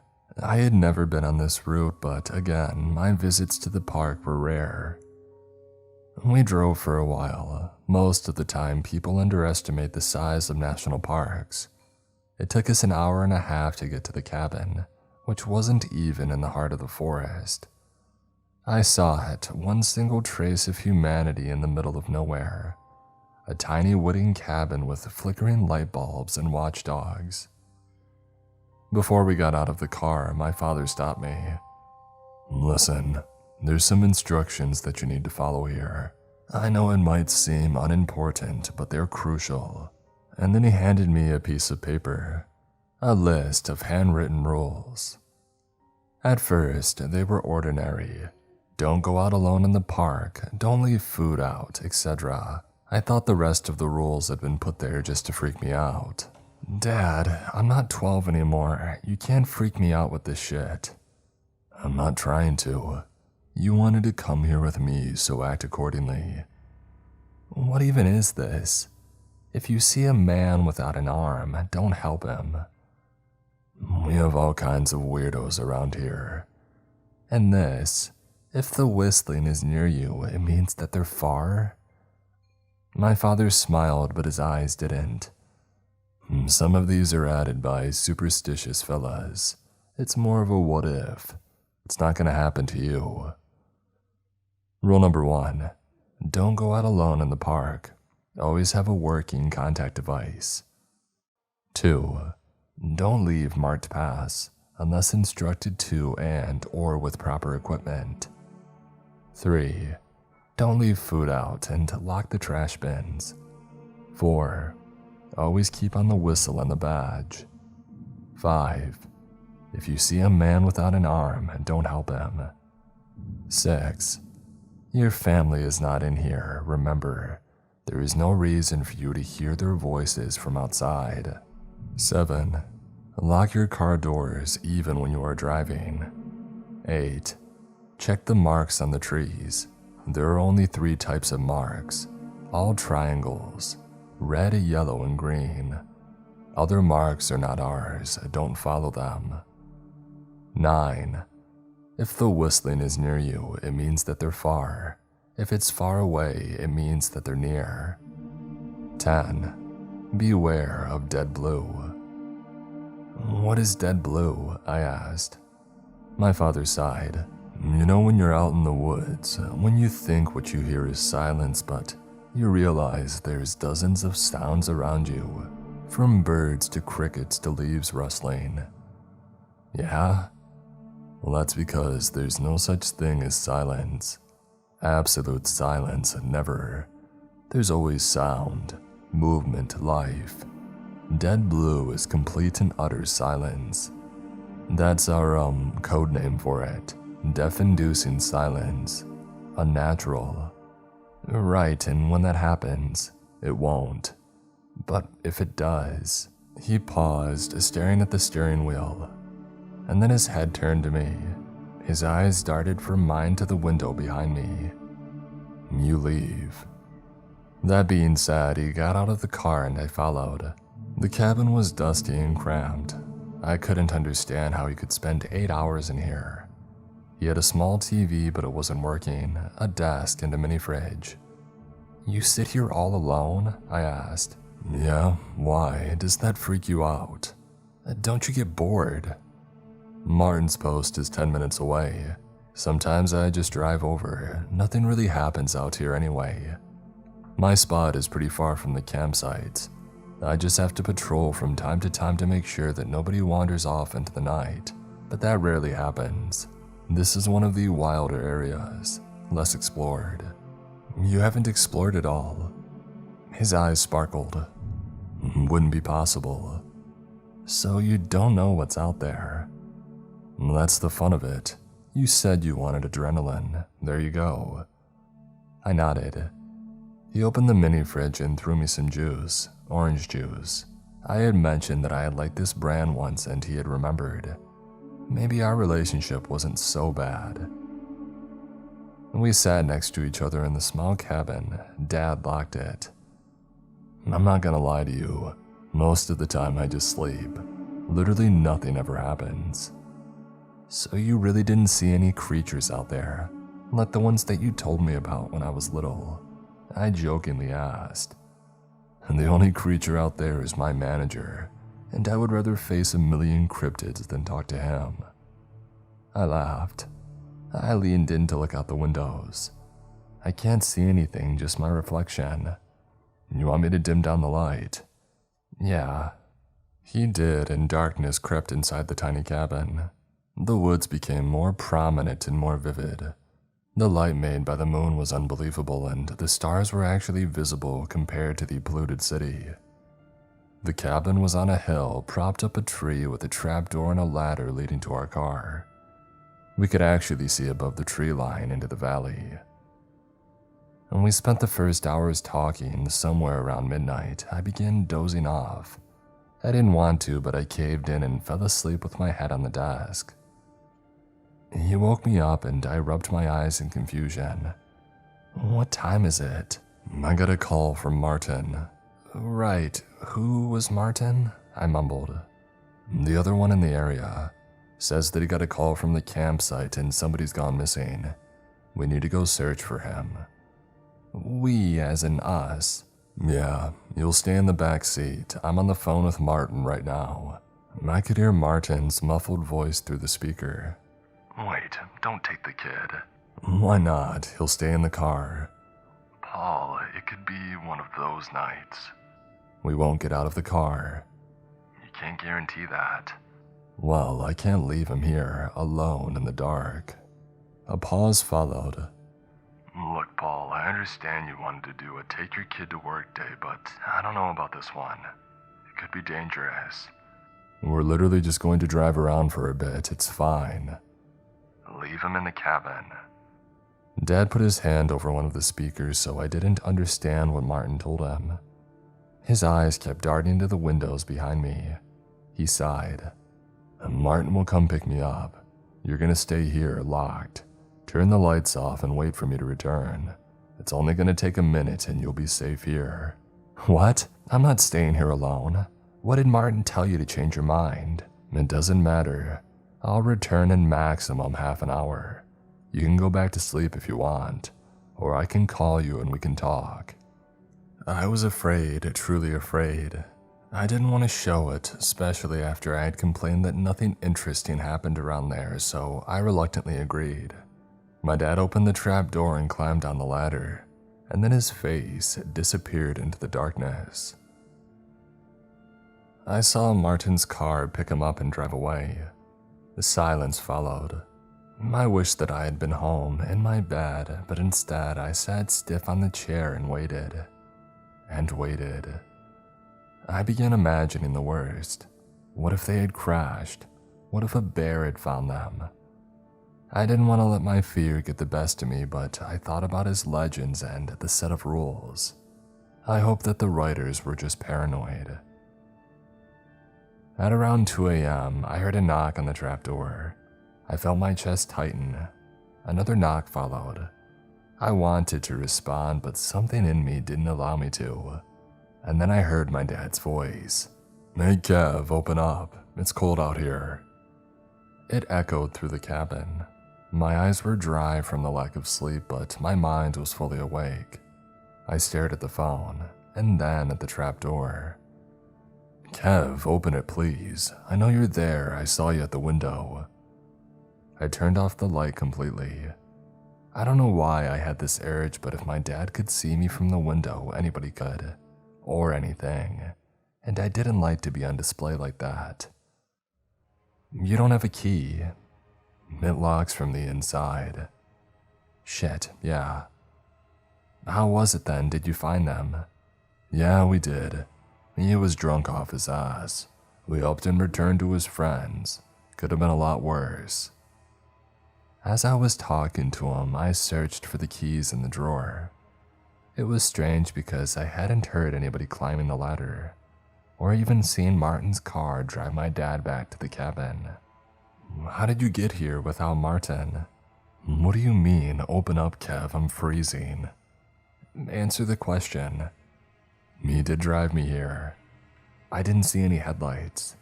They were off to not draw the attention of animals. Bullshit. I pulled out the crumpled piece of paper. Rule 6. Your family is not here, remember.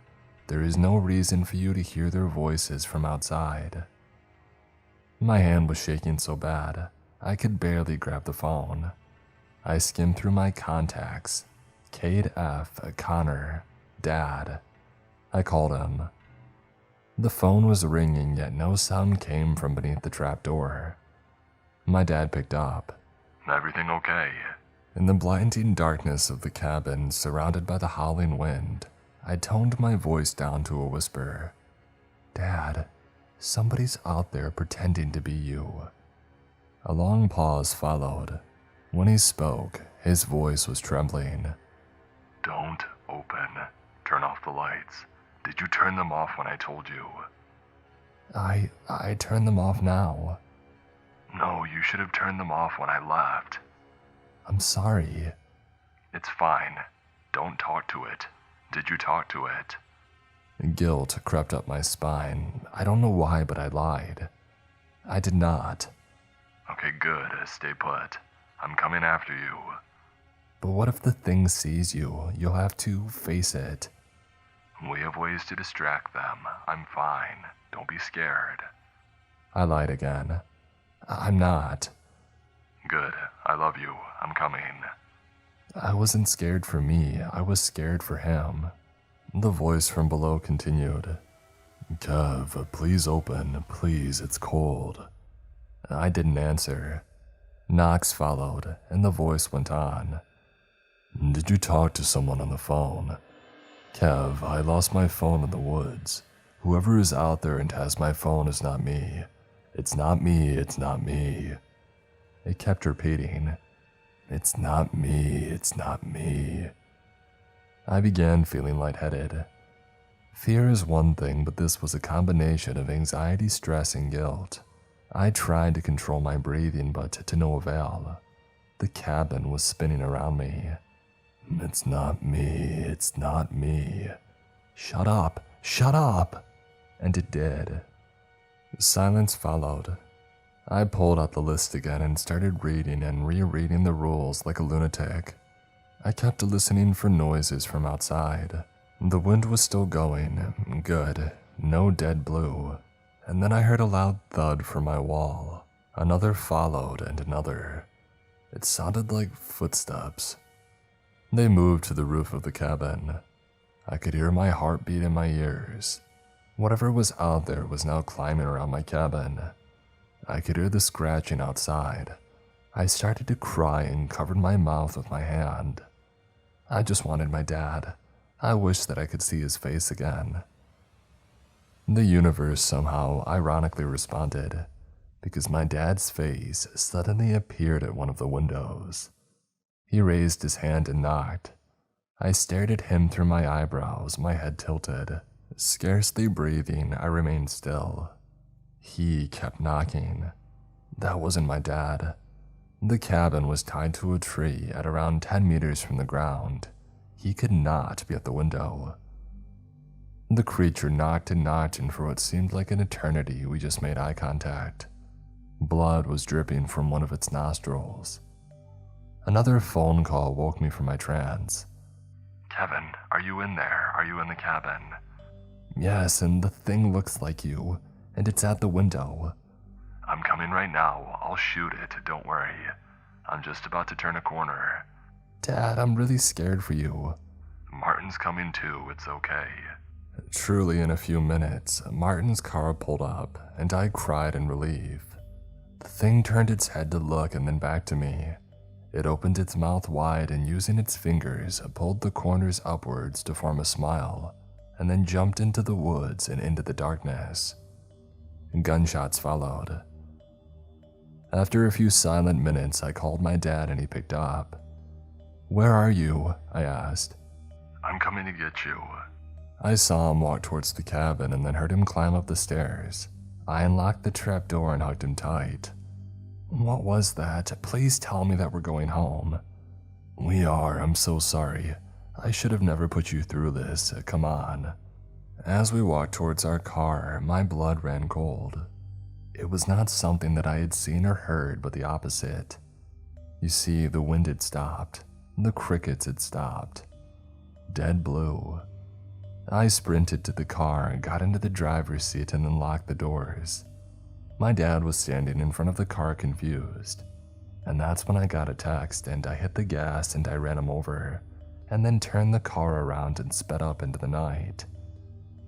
I barely knew how to work it out since I didn't have my license, but I left as quick as possible. Behind me, a car followed. When I got to the nearest checkpoint, I stopped. The car was Martin's and he got out alone. "Where's my dad?" I asked. "Mia took an ATV to get you, said he would get there faster. I texted him to turn around and that you were safe." The text that he had sent me: "Martin and I split up. He may get there faster than me, and if he does, he'll text me to turn and head to the checkpoint. There is no one with Martin, he's alone." I had thought that I had unlocked the trapdoor to my dad when he had actually taken an ATV and turned to the checkpoint. The thing that I had ran over wasn't my dad, and I had known it since I felt that unnerving silence. However, nobody at the checkpoint had seen my father. As I'm typing this, I'm afraid for him, but a part of me knows that he's alive. Maybe he took another route or got lost. Whatever he did, I'll find him. So much has happened since my previous update. While I tell you what happened, please keep one thing in mind. Stay away from the forest. Forget everything that I told you the last time about recreation and nature and all that. It's not worth it. It really isn't. I didn't want to say it, but deep down I knew that it was my fault that my dad was missing. No matter what cryptic creatures roamed the park, he had been safe until I had showed up. Through me, he had showed them that he had a weakness, and they fed on his fear. Now it was possible that I would never see him again, and it was all my fault. I knew it. I just chose to bury it deep down in my chest and let it sink deeper in my stomach, a knot that would never disappear. As I was sitting there at the checkpoint, covered in a blanket and shivering from the stress, Martin approached me. As much as I had wanted to ask him about the park, the rules, my dad, something inside me didn't know whether to trust him or not. Was he the real Martin? He sat down next to me. "Hey, I'm sorry." The night was still cold and unwelcoming. The trees stood tall and sober in front of us, crowned by the dark, never-ending sky. No stars, just a black, soulless night. Maybe clouds had rolled in. I kept thinking of how 4 hours ago I had been searching for constellations with my dad. "What do you mean?" "I'm sorry for your dad." "Don't say that. You say it like he's dead." Martin didn't answer, and he didn't look at me either. I turned my body towards him. "He's not dead. He isn't." Martin remained silent. And then without thinking, I punched his arm. He pulled away and frowned. "May, it's not my fault. He shouldn't have brought you here. Tell me everything that you know about this stupid park. I mean, I deserve it. You owe it to me, and it's the only way that I can actually find him."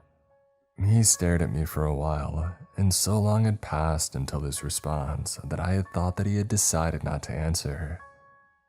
When he finally spoke, his voice was toned down to a whisper. "We thought that they were lying, both me and Paul and the others.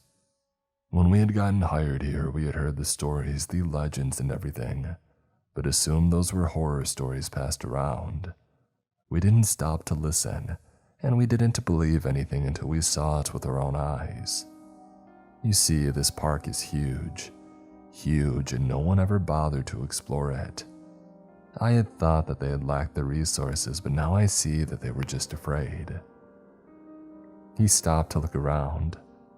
It would be ridiculous of him to hide from anyone right now. Why would he feel ashamed of telling me these?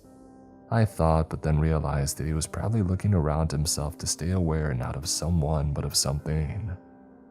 That's the thing. Even when you've been face to face with the supernatural, your mind still searches for a logical explanation. We started writing down the occurrences, trying to find a pattern or a way to avoid them. We thought that if we wrote down those rules, we might be able to not get inconvenienced as much. He wiped his face with his hand. We never knew this could happen. None of us had ever disappeared. We just thought the worst they could do was annoy us, creep us out, hurt us. He was sweating even if it was freezing outside. He kept shaking his head. Paul always refused to believe. He had never actually seen anything.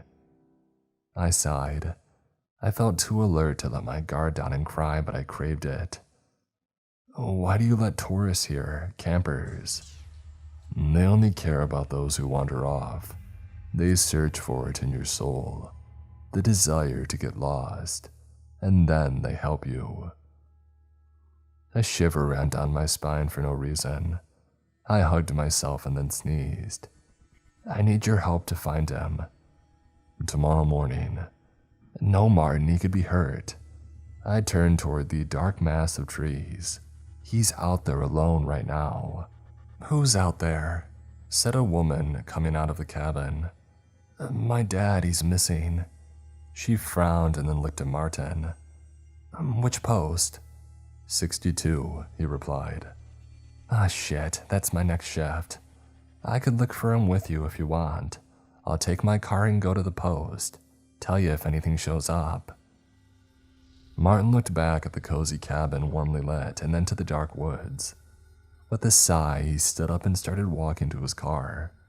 I followed. He locked the car doors and then I called my dad.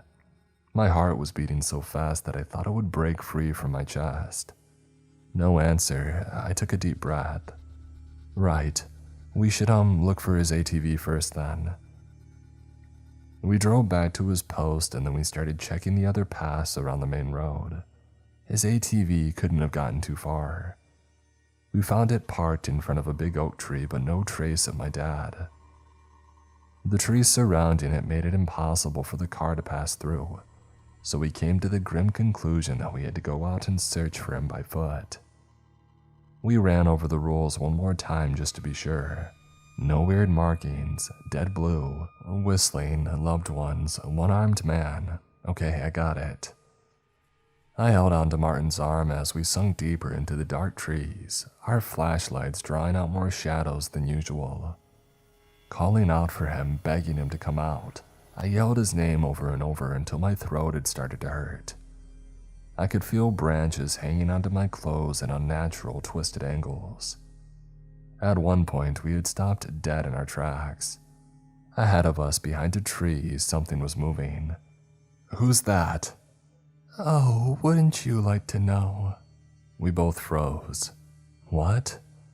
The old lady voice continued. Who could it be? It was as if she was hiding behind the tree. One of her bony hands appeared from one side and the other from the other side. She moved them around, tracing the outline of the tree with her fingers. It looked as if she was playing with us to make the tree seem like it had hands. I knew that I had to try. Have you seen my dad? Have you seen my face? She replied instantly. No. Would you like to? I turned to Martin right when the old lady or whatever it was jumped from behind the tree. Even though I hadn't seen her face, I could make out how grotesque it looked, judging by Martin's expression. He fired a few shots and I heard a wail like nothing else that I had heard before. It felt as if my ears were ripped off. And then silence. I don't think this is safe, Kev. Yeah, no shit. I'm sorry about your dad, but I'm sure he's fine. If we just search for him in daylight. No, he could die by then. Every moment is precious. I thought Martin was looking at me angry, but I realized two things. One, he wasn't looking at me, but behind me, and two, he wasn't angry, but confused. Kev, don't move. Right in that moment, I heard a whistle far in the distance. If the whistling is near you, it means that they're far. If it's far away, it means that they're near. I opened my mouth to scream, but right in that instant, as Martin reached for me, I blacked out. When I woke up, I had a terrible headache. I was still in the woods, but Martin was gone and so was his car. I felt incredibly drained and my hands were shaking so bad that I could barely lift them up. I started walking back to my dad's ATV, hoping that I could take it and move on with my search. I checked the time, but something else stood out on my phone. The date. It was 1 day later. I had been in the woods for a whole day. My head foggy, my body stiff, I got on the ATV and figured out how to start it, and then I drove back to the main road and to my father's post. I could see the light on and make out a silhouette. I stopped, studying its outline. It looked like it had only one arm. If you see a man without an arm, don't help him. It was too late. He had seen me and he was climbing down the ladder. I got back on the ATV and I drove away. Right when I was halfway though, I ran out of gas. Behind me, I heard footsteps. "Hey kid, hold on. I see that you met my wife earlier. What a fine woman she is." My head was pulsating. "Don't come near me." "Oh, come on. You want to find your dad or not? You wouldn't know where he is." "Bullshit, I spoke to him this morning." Rage filled me and replaced the fear. I got down and turned to the old man who had been limping behind me and hit him. "Don't speak about him, don't you dare." The old man laughed and I saw his only tooth staring back at me. I pushed him away and started running back to the post. I ran and ran and ran, without looking back until my limbs ached of a pain that I had never known before. I got to the post and climbed up the ladder, and then I locked the trap door and called my mother, who was worried sick about me. I barely managed to get a word out before I collapsed from exhaustion. When I woke up, morning was creeping in. I called my dad one more time and the phone rang a few times. "Yeah, Kev?" Tears gathered in my eyes. My throat hurt to speak, but I did. "Dad? Dad, is that you? Where are you?" "Kev, get out of the forest. They'll let me go. They want you." It didn't make any sense. I stared at the floor, phone in hand, speechless. "What do you mean? Where exactly are you?" "Kev, don't come after me." "I can't do that. I can't just leave you there." I could make out heavy breathing on the other side of the phone. "Dad, just tell me where you are. I won't come after you, I promise. I'll be safe at the checkpoint. I'll send Martin." His voice was trembling. "I don't know where I am. I've never been on this side of the forest. I think it's somewhere east." "Do you see any markings on the trees?" "Yeah, but none of the good ones. These markings aren't ours." I paused and so did he. I had my phone to my right ear and suddenly someone whistled right next to my left, startling me. I took a deep breath. "Relax, it means they're far away." "There's something else," my dad said. The cabin felt cold and yet I was sweating, suffering from an unexplainable fever. I could barely hold the phone anymore. "Kev, I'm not alone here. Something else is with me and I can't get out either. It feels like I'm walking in a circle back and forth, and I'm afraid to go too far.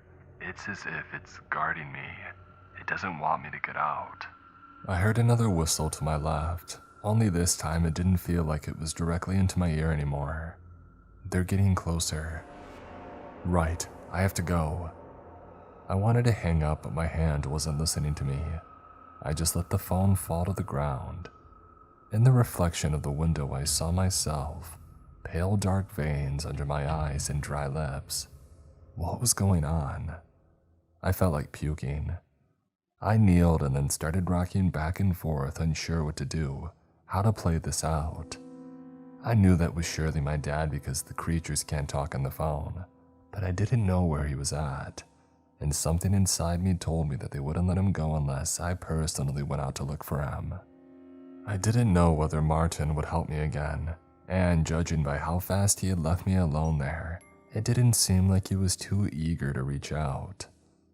My stomach turned and my chest tightened as I puked on the floor of the cabin. The next minutes were a blur.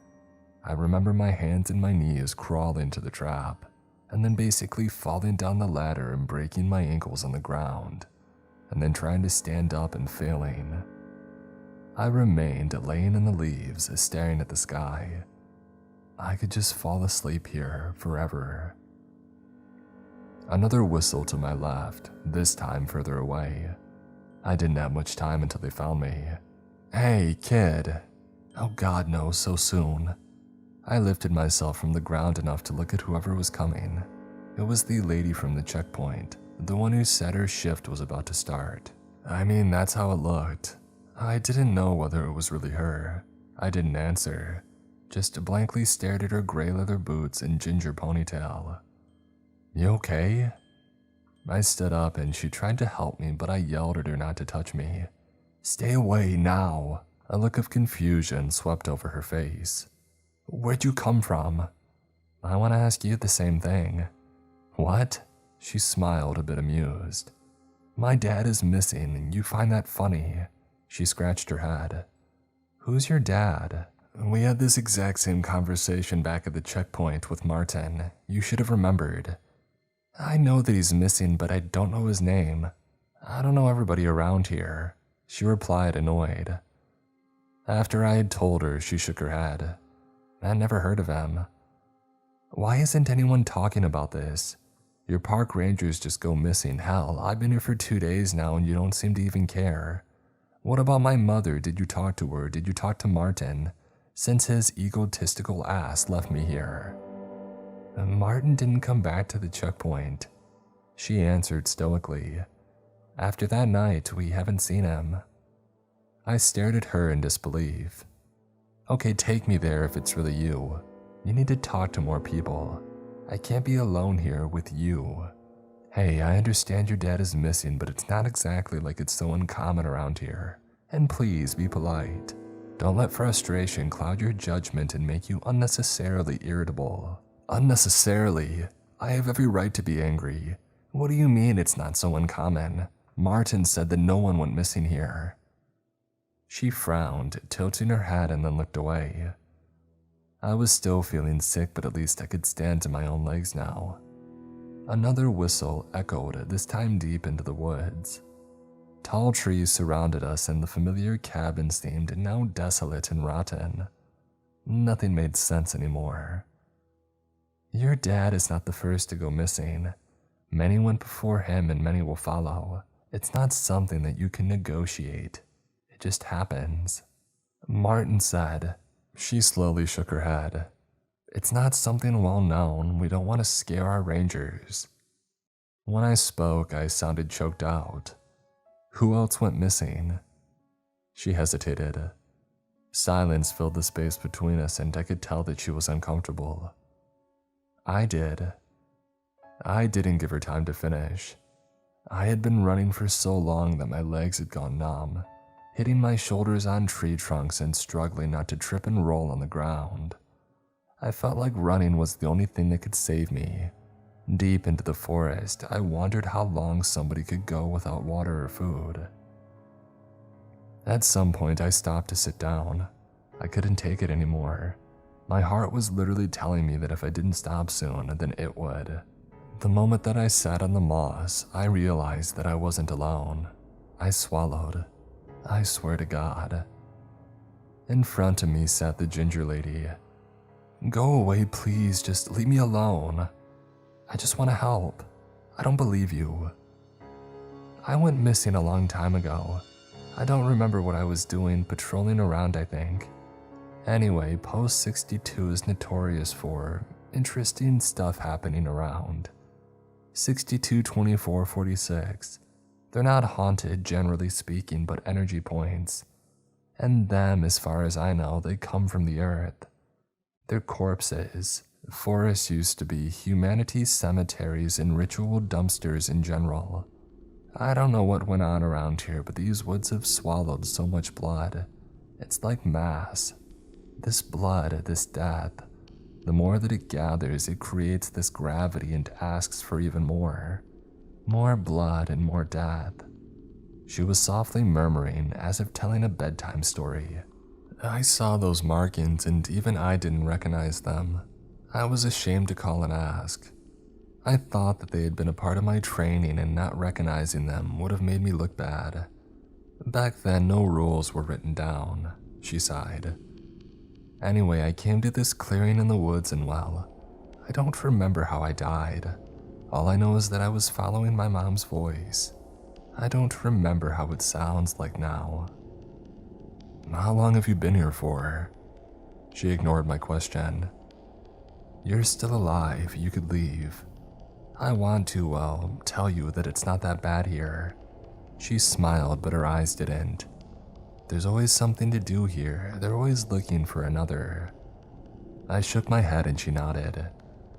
Okay, well, you're looking for your dad. I think you already know what you need to do. Look behind you. I did, and behind me there was a blue triangle, almost fluorescent. When I turned back to her, she was gone.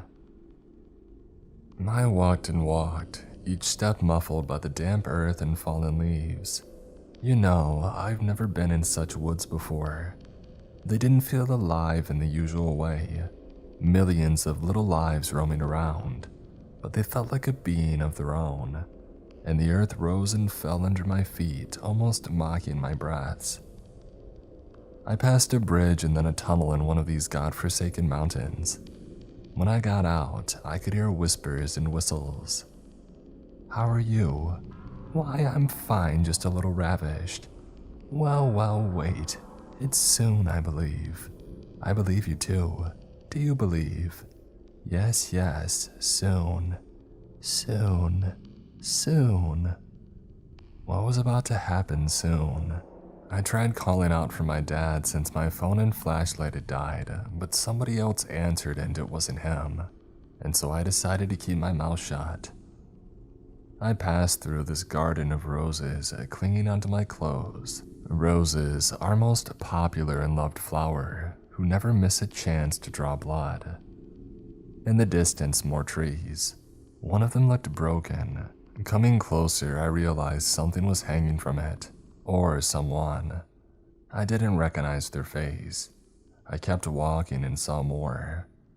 Hanging from the trees, their bare feet floating above my head, looming over me. I stopped looking at their faces, afraid that I would see my dad. Eventually, I reached this hill and smelled something burning. Coming closer, I saw this fire and... Martin! The minute that I said that, pain pierced my shoulder. My back hit the tree and I smelled something metallic. Go away, said Martin. No, it's me, believe me. I can't do this now. I already saw you 5 times. I don't believe you anymore. No, I'm telling the truth. Another razor flew to me, but I dodged it. I started crying and I fell to my knees. I told him about the ginger lady and my dad and the stars in my life, in a way that no doppelganger could. They could try to take my life, but they didn't know anything about it. Martin's gaze softened and he sighed. I saw over 12 sunsets here. I had to kill them to eat. The mimics. I ate their meat. They mimicked my family, loved ones, they even mimicked you. I've killed my family countless times here. Countless. We talked for a while.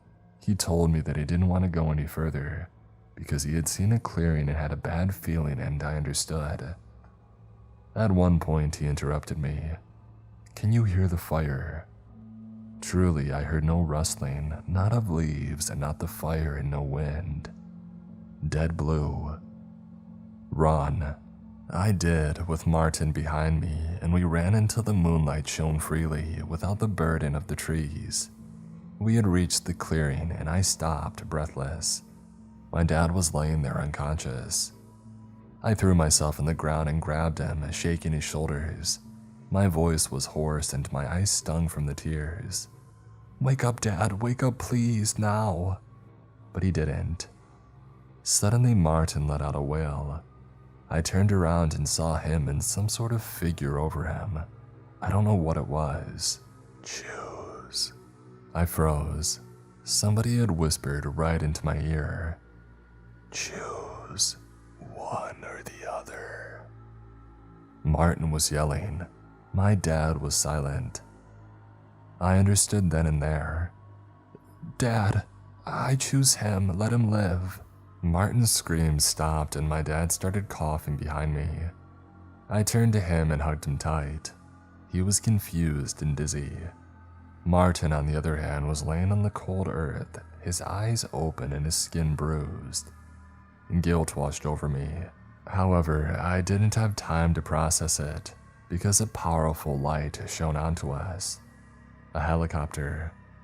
I grabbed the ladder without thinking and I helped my dad up.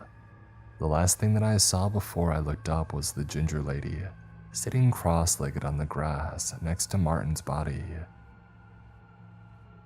We were taken back to the entrance of the park, and the next hours were filled with questions about the park, about our disappearance, about Martin's murder. We're now the prime suspects, but I'm just glad that I got out and I know it's because of his sacrifice. However, I would really like to speak to him again. I can't rest knowing that his innocent soul is out there. I plan on giving more updates on my account. There is one other thing. I would never dare to admit it. Sometimes when I look at my dad, even weeks after what happened, I wonder if it's really him.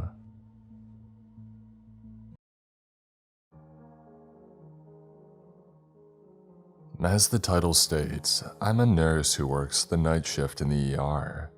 During my time here, I've seen some pretty horrendous stuff. I've been at this job only a year now, and honestly, I'm surprised that I've lasted this long. I suppose the majority of the time it's rather rewarding, saving people, especially kids. But some of the things that I'm about to tell you, and despite how unrealistic it is, it's enough to outweigh that fulfilling feeling enough to make anybody quit for good. I'm used to it now, plus I've only encountered milder stuff compared to my colleagues. But a certain recent event has made me question where I stand. One of the first things I experienced on the job was more bizarre than scary. She wasn't an old woman, but her hefty and stout stature with a few wrinkles here and there inferred a few years of unhealthy legal substance abuse. She came in complaining of pins and needles all over her body. She stated, "It doesn't hurt too bad, but I can't move," and "static is inside of me." Of course, I immediately thought that she was having a stroke. Numbness, tingling, and an inability to communicate properly all pointed to it. A group of more experienced doctors came to run some checks. A few days later, I heard from one of the nurses that the woman had died, but not of a stroke. She had died of organ failure, because all of her organs were as old as an extremely elderly individual, as if someone had put the insides of a 90-year-old inside of a 30-year-old woman. And we're talking every single organ too. The nurse thought that the static sensation the woman was trying to explain was like an increased aging sensation, like growing pains. I laughed, but it still unsettled me. This woman was healthy, no history of drug abuse, alcohol abuse, or smoking. Not that they could find, despite her outward appearance. It was just purely unexplainable, but that's medicine for you. I found it weird that she didn't seem to have any family, but this is a running trend in these inexplicable experiences. None of the patients ever have any family. After that, things became scarier, weirder. A guy came in bleeding from both eye sockets, no eyes present, but complains about stomach pains. Obviously, everybody on the night shift is more concerned about stopping the bleeding from his empty sockets, and when I say bleeding, I mean this guy was absolutely going to die from blood loss if we didn't stop it. He really didn't seem to care about his eyes or notice it, and instead was losing his mind about the pain in his stomach and how that we had to get it out of him. I remember the urgency in our voices telling him how we will sort his stomach out once we stop the bleeding. He starts becoming aggressive, and he was restrained and pulled into an empty room, and the responsibility of keeping this guy alive was no longer in my hands anymore. One of my colleagues, we'll call her A, came out of that room around 45 minutes later, as pale as a sheet, and just says one of the most horrific sentences that I've ever heard at that point.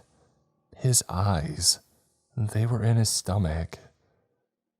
When she had finally settled down, I pressed her about what exactly had happened in there.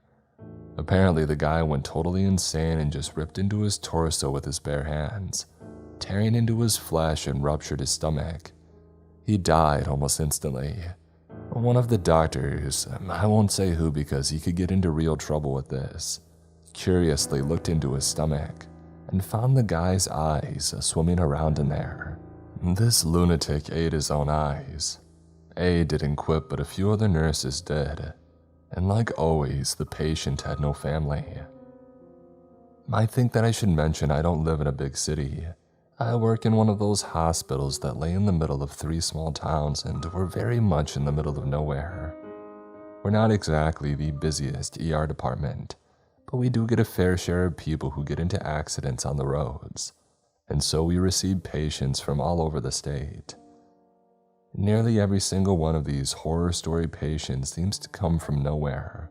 We put their name into a database and nothing shows up. The names they give us lead to nowhere. People from the towns don't know them when their obituaries turn up in the paper and ambulances never bring them to the hospital. It's like they walked straight out of dense forest to get here. A told me another story of a patient that really creeped her out. I'll be transcribing that from the voice recording that I managed to take. I believe it's easier to show the raw experience that way. So, it's like 3 a.m. and this woman walks in with an arrow straight through her neck. Obviously, I'm running checks on her to see how the heck she's walking around with an arrow through her neck. How she's literally acting like nothing is wrong. But she doesn't speak. She's smiling at me. All these other doctors rush over trying to figure out what to do, but she's just motionless, staring and grinning at me. She was a Miss... I blanked out the name for privacy reasons. Can't discuss patient information. And she was 37 years old and extremely tall. Like basketball player tall, which made me feel even more on edge. Out of nowhere, staring right at me, she just pulls this arrow straight out of her neck. And her neck snaps and she falls to the ground, still grinning. There's no blood, as though the arrow was some built-in support to her neck, and removing it would break it. I just can't get her smile out of my mind. It was as if she was taunting me, like something that wasn't human, as if she knew exactly how to get under my skin. That's all that I've got for now, but I'll try to keep you guys updated with more stuff that I hear about or remember. I was on the night shift last night, and I asked some of the other nurses and doctors to find out if anybody else had experienced anything strange, and the responses were, for lack of a better word, disturbing. One of the nurses, let's call him B, said something that really stuck with me, because I had never given it much thought before. Never seen where the bodies go. I asked him what he had meant by that, because obviously the deceased would be taken to the morgue. Or so I thought. B had been a nurse at the hospital since he had left college, so he had been working at this hospital for a long time, and due to a bad stroke of luck, often during the night shift. I'll be transcribing his story from the recording that he consented to be a part of. Yeah, I've seen a few of those creepy crawly characters come in here. I don't know what they are. They're not human, that's for sure. He paused and shifted uncomfortably in his seat, peering out of the break room's window to ensure that nobody was listening in. You ever notice how their emotions seem false, like they're pretending to be hurt and show pain? That is true for the most part. Most accounts of these odd patients have stated the same thing: lack of real emotion. This one time, a little boy walked in around 9 or so. He looked completely fine to me, so I'm assuming that he's lost because no adults walk in with this kid. It's just him alone in the dead of night. I'm asking him all these questions, if somebody's hurt, where's your mommy and daddy, and so on. This kid just stares up at me with these dead eyes. B coughs, clearly trying to regain composure. He opens his mouth and this huge river of water just falls out, and it keeps on coming out until the whole floor is covered, and it keeps going and going. All the while, he's just emptily staring at me like a dead fish. When the water stops, he just collapses and dies. This kid had enough water in him to have drowned 2 horses, I swear. Yet he came into the hospital and was walking around completely fine. He just looked kind of damp. And so we clean him up and I'm about to take him in the staff elevator to the morgue. But this senior doctor stops me and tells me that we send those kind down by themselves. He said that we don't let nurses or doctors be alone with these strange dead patients that come in on the night shift. Those that have no name, or if they do, can't be found to have any trace. I heard that apparently when the morticians open the elevator door, all they find is an empty bed. If what B said was true, that would add up with A's theory that these patients are not human. But that raises more questions than it answers. If the hospital staff know these things aren't human, why do most of the newer staff have no idea as to what they really are? Why has no one informed us? If the senior doctor in B's story was telling the truth, we can only assume that something terrible happened to a member of staff who was left alone with one of the bodies. But why has this been covered up? And finally, if the bodies are disappearing before they get to the morgue, where do they go? B told me of a doctor who knows a lot about these patients, but he had retired a few months ago. I managed to get his email address from B, so I'm currently trying my best to arrange an interview of some sorts. Another nurse, C, heard that I was compiling these stories and wanted to add her own into the mix, with some added info to it too. I'll be transcribing the story from her perspective in the same manner that I have done thus far. This was my first experience with the patients. Miss C was a senior nurse with graying hair held into a bun. Her thin, slender fingers gripped her scrubs, and I could see that she had a nasty habit of biting the skin around her nails. Anxiety. Honestly, at the time I thought it would be my last. I liked this job too much though, so I managed to get my stuff together and carry on through. This really old guy came in, and I'm telling ya, that old man looked near 90 years old. But this fellow was walking like he was 20 years old, completely fine but in this monotonous tone. He just keeps repeating, "I'm dying, I'm sick," over and over again. I check his vitals and he's completely fine, and so I start to ask him if he's on any medication for his mind or mental state, and if he had forgotten to take them, but he keeps repeating that phrase. I'm losing my patience, and I tell him that he's physically fine and that we just need some cooperation to understand his mental state, and that a team of more experienced doctors will be with us at any minute now. You know, child, I worked with a lot of elderly patients, so I'm thinking, he's got a terrible UTI.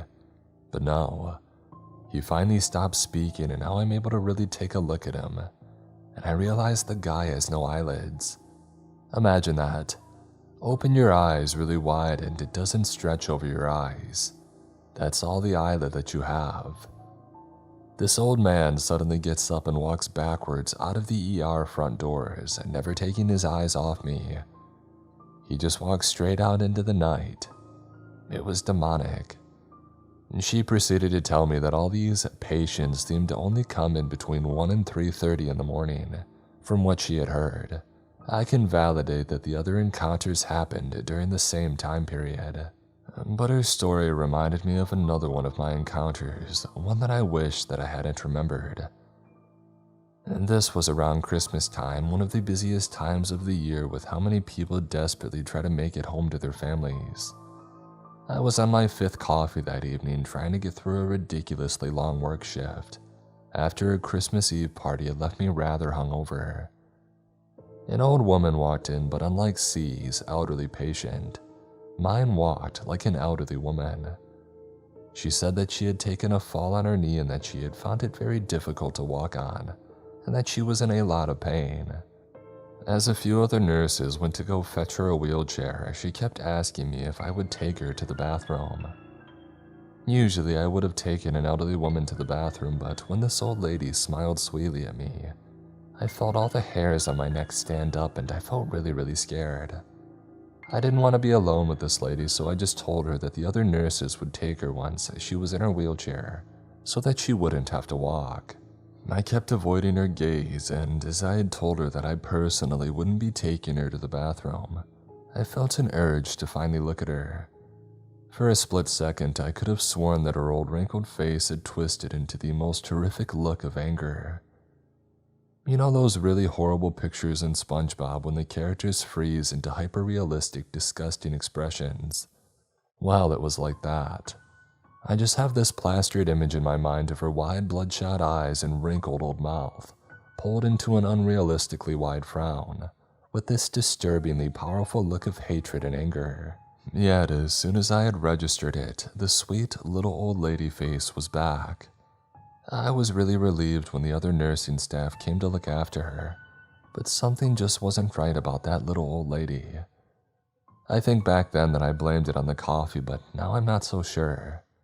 A was one of the nurses helping that lady, and she had happened to be on last night's shift, so I asked her what had happened. Apparently the lady was taken to the bathroom by A and another nurse who waited outside, but after she didn't answer to A and the other nurse asked if she was okay, they opened the bathroom door and found that it was empty. I guess her sole purpose that night was to get me alone with her, and I'm glad that she never got the chance. I'll try and update you guys again soon. Luckily, I have another night shift tonight, so I'll aim for tomorrow. I need to find out some answers. Hey everyone, I have so much information that I've been gathering over the past few weeks that I need to share. So here we go. Firstly though, I should mention how one of the senior doctors cornered me during my break a few weeks ago to tell me to not get involved with what's going on. I don't know how he knows, so it seems that I'm going to have to be more wary about my updates.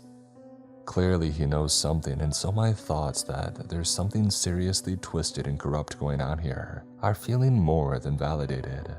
I'll address a comment posted on my previous update.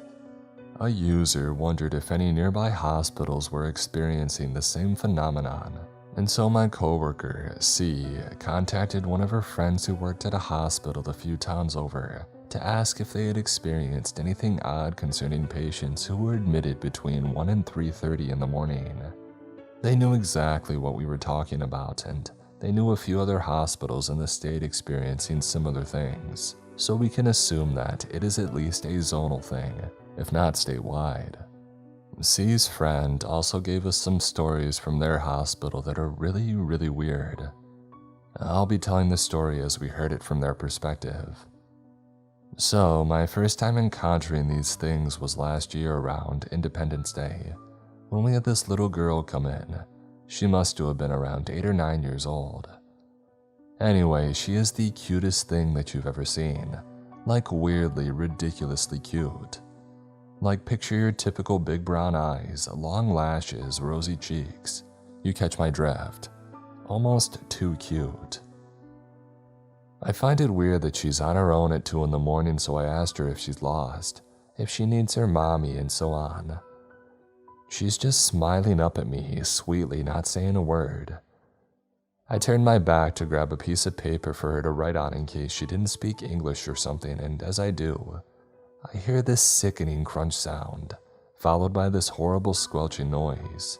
It sounded like a wild animal chewing on a carcass. I turn right around and this girl has this huge, stretched out smile revealing massive sharp teeth that just shouldn't be able to fit into her mouth. Her open mouth stank of decaying meat and her brown eyes were red. Still brown but redder, darker. She then growled deeply and got onto all fours like some kind of rabid dog and ran out of the entrance. It was pretty horrific at the time, but now looking back, it's just plain weird. I blamed it on my eyes playing tricks on me until I had heard what had happened to other nurses and doctors on the ward. I called CPS, but I never got a name, so I could only describe a wild child to them that might be in danger or a runaway. C's friend paused for a long time before she finally said this. You know, there's nothing that we can do to stop them. I pressed her on what she meant by this. She continued, "They know how to scare us. They know what really gets under each and every one of our skin. The second time that I ever encountered any of these things was around 5 months later. My mom had just died suddenly and I was really hung up about it. I'm a Christian, so I found most of my solace in believing she was happy in heaven, peacefully watching down at me." C's friend began to cry softly on the phone. C and I told her that she'd need to continue if it had made her too uncomfortable to share, but she relented and continued on. It's around 1:45 a.m. and this really beautiful woman stumbles in. She was a complete mess, her legs all twisted and one of her shoulders definitely dislocated. I rushed to her aid and started asking her what happened and proceeded to try to put her broken bones back in place before it cut off her blood supply. The woman looks at me and she looks just like my mom when she was younger. The same curved up nose, dark hair, almost as if she could have been my mom's cousin or something. She suddenly screams out, "This is my hell," and collapses. I just start sobbing because whatever this thing was, it told me the one thing that had kept me up in spirits after my mom's death was completely false, and that my poor mother was reliving her painful death over and over again. She had died in a car accident and all her limbs were broken on impact. I don't think my mom really is suffering in hell. She was a good Christian woman who lived a good life. What I do think that whatever this thing is, it somehow knew exactly how to destroy me. It knew exactly how to fill me with dread. Something that can know your deepest fears like that, make you vulnerable like that, is not something that we can get rid of. So now we know that somehow these things know our fears, what makes us uncomfortable, or how to get under our skin. I'm just writing down my thoughts, but I wonder if, say, C's friend is right, that those things do know what disturbs us. If that means they know more about us than we do them. If they've been watching us without us realizing. I finally got into contact with that retired doctor, the one that B had told me about. We met up in a coffee shop to discuss the issues in private. I'll be calling him Dr. D from now on for privacy purposes. I asked Dr. D firstly if he had any experiences with the patients. This is what he said. "When I first started out that job, everything was fine. We never had any issues with those things before the early 2000s, around 2002 I think. I was around 45 back then, so I had seen a lot of pretty gruesome things already. Just the typical awful road accidents you'd probably know something about." He pours a Jack Daniels miniature into his coffee. "There was this one time, this really shocked me, around 2003 in the spring. Not a massively busy time of the year, and that's the best way that I can put it. Shock. A young woman came in at 3 a.m. She seemed fine, possibly a bit moody at worst, but fine. I ask her what's wrong and she claims that her head is spinning. I ask her what she meant by that and she repeats the phrase again. "My head is spinning, doctor." I reach out to get her to put a thermometer in her mouth and her face flashes to one of pure joy. The sickening grin is plastered over her face and her neck starts twisting 360 degrees around like she's some sort of owl, and she drops dead. I'm alone in this checkup room with her and I get this overwhelming sense of dread about the body. Like I just don't want to touch it or go near it. I know as a doctor I should have checked for a pulse, but that woman's twisted neck and grinning face were just so wrong.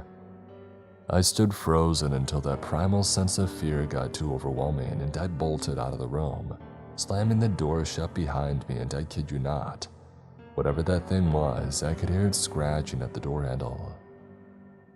I got some other doctors and told them what had happened, and they didn't believe me, and they berated me for leaving a patient and not paging someone. But when we opened that door, she wasn't there. It was around 4 at this point, and in looking for this woman, we had the front doors open and close, meaning whatever it was returning home. After that, the phenomenon grew. Doctors and nurses on the night shift were coming out with these crazy stories of inhuman patients, things who terrified the staff unfortunate enough to work the hours of 1 a.m. to 3:30. And then the attack happened. You might be wondering why we don't leave anybody alone with these things, even on the way down to the morgue. It was more of a statement than a question, so I just nodded. There was this nurse, E, we'll go with that, a super sweet girl, cared a lot about the patients. While this teenage boy walked in, his arm bent at an unnatural angle. E rushes him into a room to fix his arm and sends the other nurses to get a splint and bandages. They were only left alone for a couple of minutes. He was struggling to finish the story. He had gone a pale yellow color. I asked him what year it was when this incident took place, and he shook his head. He finally spoke again. 2007. Next thing I hear is this guttural scream from the room, so I run towards it.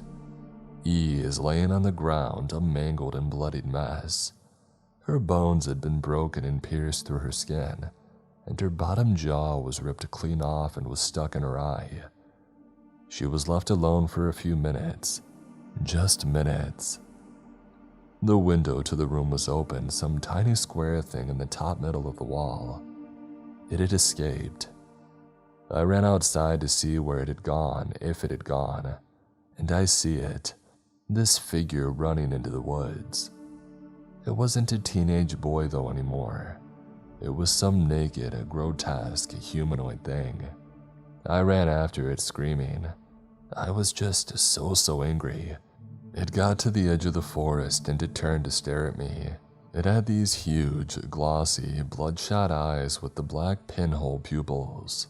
It had a wide, lipless mouth stretched over jagged teeth. It was tall with long arms that reached its knees and pale, oily skin. It was horrifying. And then it smiled. It smiled this huge, horrifying smile. Its skin cracking as it was pulled upwards at the corners on each side of its jaw. I saw them.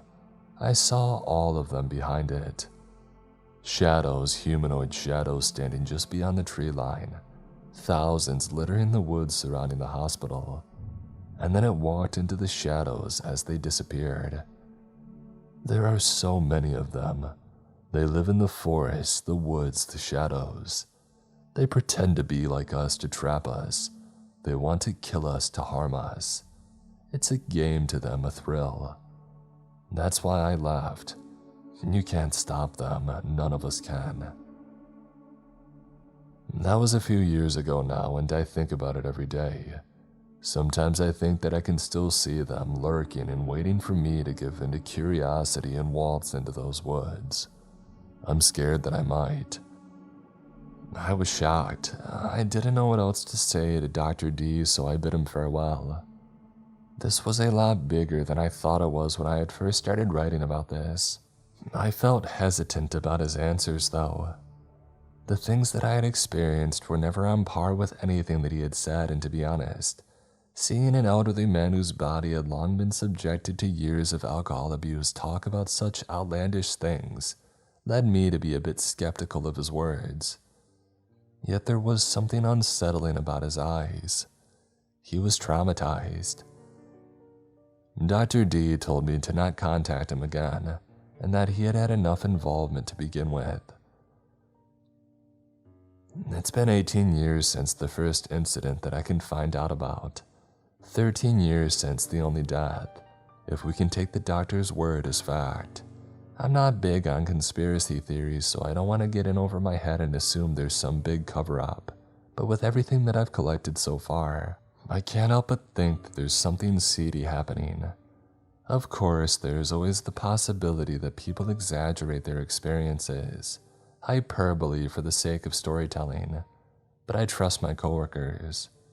I don't think there's smoke without fire, as so to speak.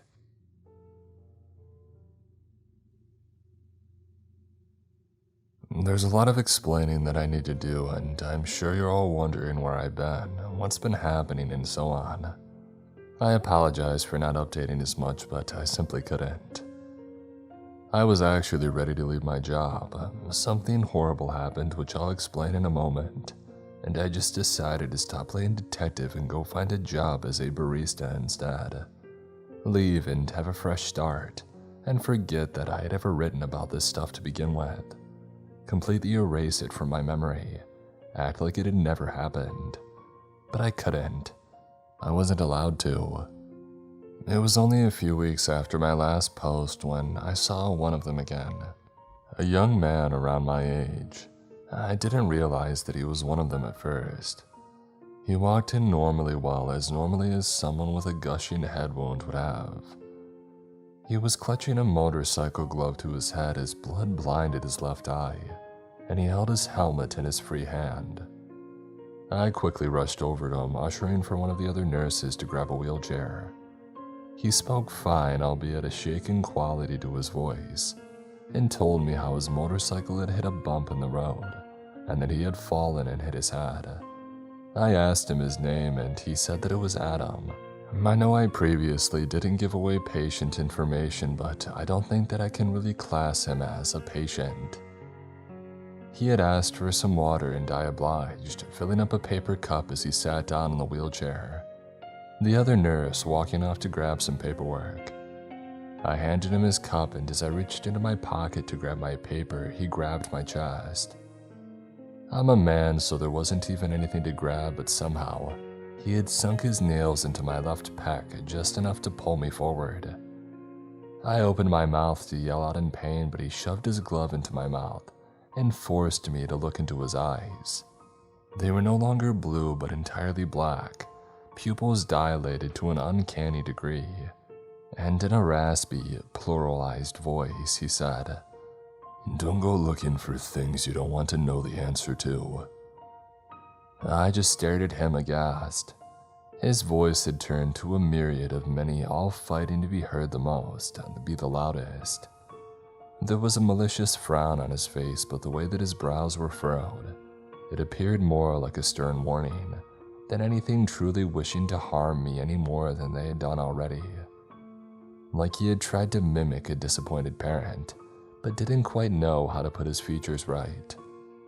Rage and concern and confusion and disdain merging into one uncanny myriad of emotions, and so I continued to stare until the gravity of the situation took hold. I yelled out for help.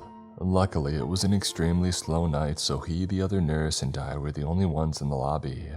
He pulled his nails from my chest and stood up, looming over me. He was suddenly a lot taller than I had registered as he had walked in prior, and he walked out towards these sliding front doors. He stopped, turned back to look at me and the other nurse who was fretting over the puncture wounds that were leaking out onto my scrubs, and suddenly launched his helmet at an almost superhuman speed at the lobby's check-in desk, smashing the glass and slamming the computer with it on the floor. The other nurse screamed in fear, and all I could do was watch in horror as he stared me in the eyes, walking off into the night. That was enough for me to decide to hand in my resignation letter the next day. I had seen firsthand the sheer power those things had. If he had decided to launch my head into the glass instead of his helmet, I would have been reduced to mush. There was no amount of curiosity that needed to be scratched that could come above my desire to live a decent life. So, I had decided my super cool, super interesting monster hunting adventure was over. But I wasn't allowed to leave. When I handed in my resignation letter the next day to the head doctor, he led me into his office. He told me that he needed to make some calls to discuss the termination process, and I obliged. And then he locked me in his office. I began to freak out, trying to use my pager to get A or B to respond and come get me, but no one came. And then a group of people dressed in hospital gear, suits, and smart clothing returned. I couldn't recognize anyone, not even those dressed in scrubs. They all looked at me stoic and unmoving, until a short, plump woman came forward, smiling perkily. She was older than me, but not too old, around 50 if my memory serves correct. She had tightly curled blonde hair, and had she not been smiling, I would imagine that heavy purpled bags under her eyes would be present, despite the heavy makeup that she wore. She took a seat in front of me, ever smiling, and placed both elbows on the desk, her hands interlinked under her chin. "Hello there, my name is X. You seem rather unnerved. I assure you there's nothing to worry about." I don't think I replied. I seemed to just remember looking at everyone but her and how they all stared, unmoving, back at me. "I hear that you're asking to resign." She smiled, trying her best to come across as warm-hearted, but the thumping silence in the room made it futile. She sighed before waving her hand behind her, and the others in the room laughed, albeit hesitantly. I could still see them peering through the glass even after they had departed. "Well, I'm afraid you can't." I asked what she had meant. Surely no one can be forced to keep a job. Well, I was wrong. She pulled a leather briefcase up onto the table from beside her and clicked it open gently, as if any loud noise would send me trembling like a lamb. She must have been more prepared for my response than I was, and more understanding of my reaction too, as if she had done this many times before. She gingerly pulled out a brown file and handed it to me, saying absolutely nothing. I had opened it and immediately shut it again. It was a forged mental health assessment with a referral letter to a psychiatric institution. I looked on in horror back at her, my mouth agape in absolute disbelief at what I was seeing. She continued to smile, a forced sympathy plastered on her face. I began to question why, and then fought to promise how I would keep my mouth quiet, be silent forever. She shook her head. "If you were in our position, you would do the same. It's imperative that we keep everything that's been happening here under wraps." She dropped her faux sympathies for a more direct approach, looking me sternly in the eyes. "We've been made aware of some posts online." I felt my hands sweat, but I had always been good at lying. Growing up with strict parents helped with that. Don't overreact, that gives it away. Don't try to act too nonchalant. So instead, I just continued to be as bewildered by the situation as before, which wasn't entirely difficult, after being threatened with what was basically psychiatric imprisonment. She seemed to make the assumption that I was not the one posting online, as that smile glossed her lips once more. "The hospital will implement more procedures to make sure you feel safe here, but we cannot allow you to leave work. We cannot discuss anything more with you on the matter, but we truly hope that you give us your full cooperation. Are we in agreement on the matter?" she asked, a plump finger idly tapping on the file before me, a subtle reminder of what would happen if I withdrew compliance. So I complied. "That's why I haven't updated in so long. I didn't want to stay there to keep having to experience what those things were, especially after I had seen the sheer power that they were capable of. But nonetheless, I couldn't help but write some of my experiences and my coworkers in my diary, which I kept tucked under my mattress in my room. I think I should mention that I wasn't the only one who faced a similar ordeal with X and those people. I had whispered to A over coffee if she had been visited, and by family, she seemed to gauge what I had meant and nodded slowly. She had lost sleep over it too.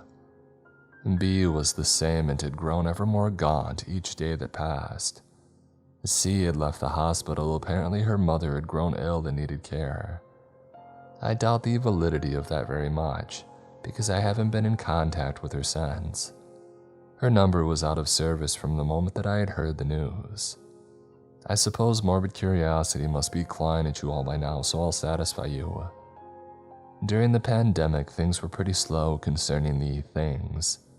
The emergency room during the day and most evenings were filled with those who desperately needed ventilators, and so we didn't face anything but the horrors of real-life illness and the fear of catching the disease ourselves. Stress and anxiety were at the forefront of our mind, and exhaustion racked our bodies. But the most harrowing part of the whole pandemic was that whenever they came in, we wouldn't even be bothered to react. They would only come in when the ER was empty, and we were waiting for new patients to attend to. To see them trying their hardest to disturb us was almost comical, after seeing so many of our staff and patients be lost to the virus. We also desperately were tired of seeing people die from that, and if one of them came in jerking their body parts around and feigning pain from unnatural accidents, we simply watched them, waiting for them to leave. Sometimes they would make a big spiel, screaming and smashing things in an inhuman manner. Sometimes they would just walk out and leave. And as the pandemic persisted, their appearances diminished more and more. Nothing at that time could have disturbed me more than seeing our beloved janitor G succumb to the illness, unable to be surrounded by any family or friends, as B had to speak Spanish on FaceTime to explain to his family that we were taking him off of life support and to send their prayers and condolences. It was the hardest time that I had ever experienced as a nurse, but the strangest thing was that I was almost thankful to those monsters for at least allowing us to grieve in peace. Once the lockdown was lifted and things began to gain normalcy again, they came back. I hadn't been there for the first sighting around October 2021. A nurse that I hadn't met before, F, who had joined the hospital as a junior nurse straight out of college to help with the pandemic, was working alongside A. A teenage boy had walked into the ER speaking what A recognized as Korean. He kept pointing outside, crying in desperation, grabbing at their wrists to pull them outside. He was hysterical and F immediately rushed forward to help follow him outside. But A held F back, skeptical of the sight before them. F wasn't aware of the things, having joined the hospital when their appearances were near to none. The boy was crying, falling to his knees in a truly dramatic display. F is a compassionate person, but she has far less naivety now than she did then. A pulled out her phone, which we were now allowed to keep on the late-night ER shifts, and used a voice translator to translate what the boy was saying. She could have translated it to her herself, but she didn't want to anger the boy.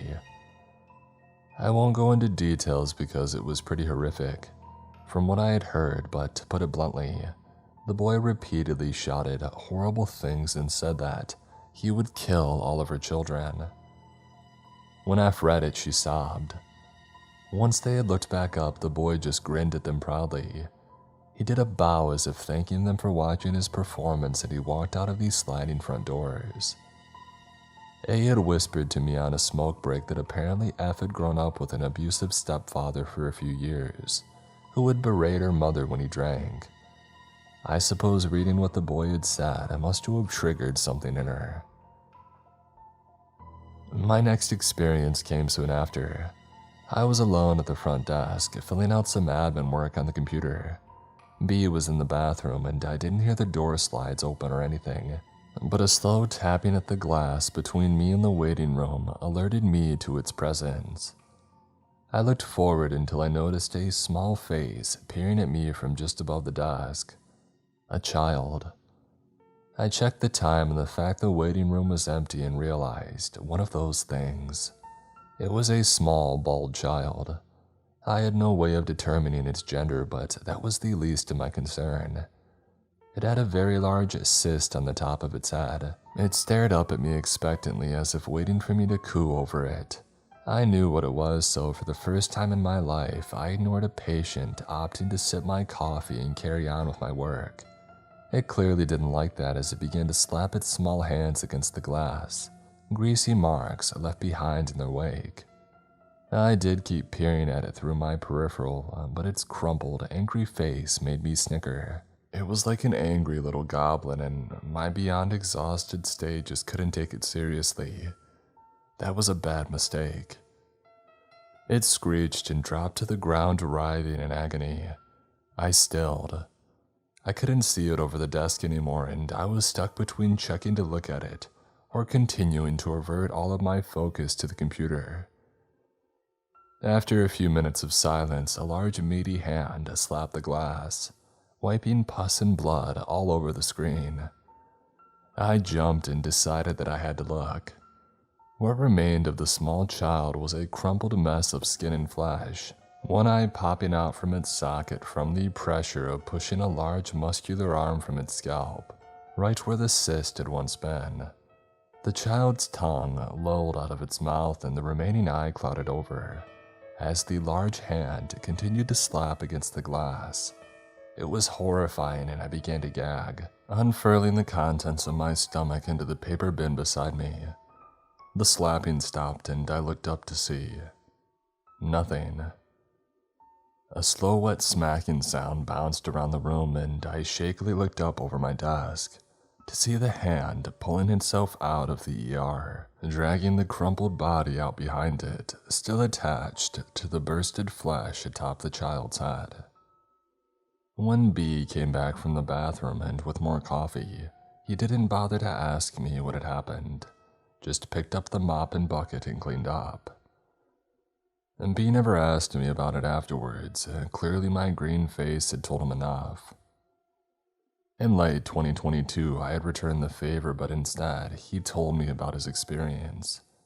I had gone out for a smoke break, the smoking area around the building not near the ER entrance for patient reasons, and was leisurely strolling through Twitter, headphones in. There was another nurse, H, on staff, so I didn't feel bad leaving him alone. When I walked back into the ER waiting room, I saw H consoling B as he sobbed into a red towel. I purchased an audio recording device off Amazon as I was too scared to use my phone anymore. I've transcribed what he told me.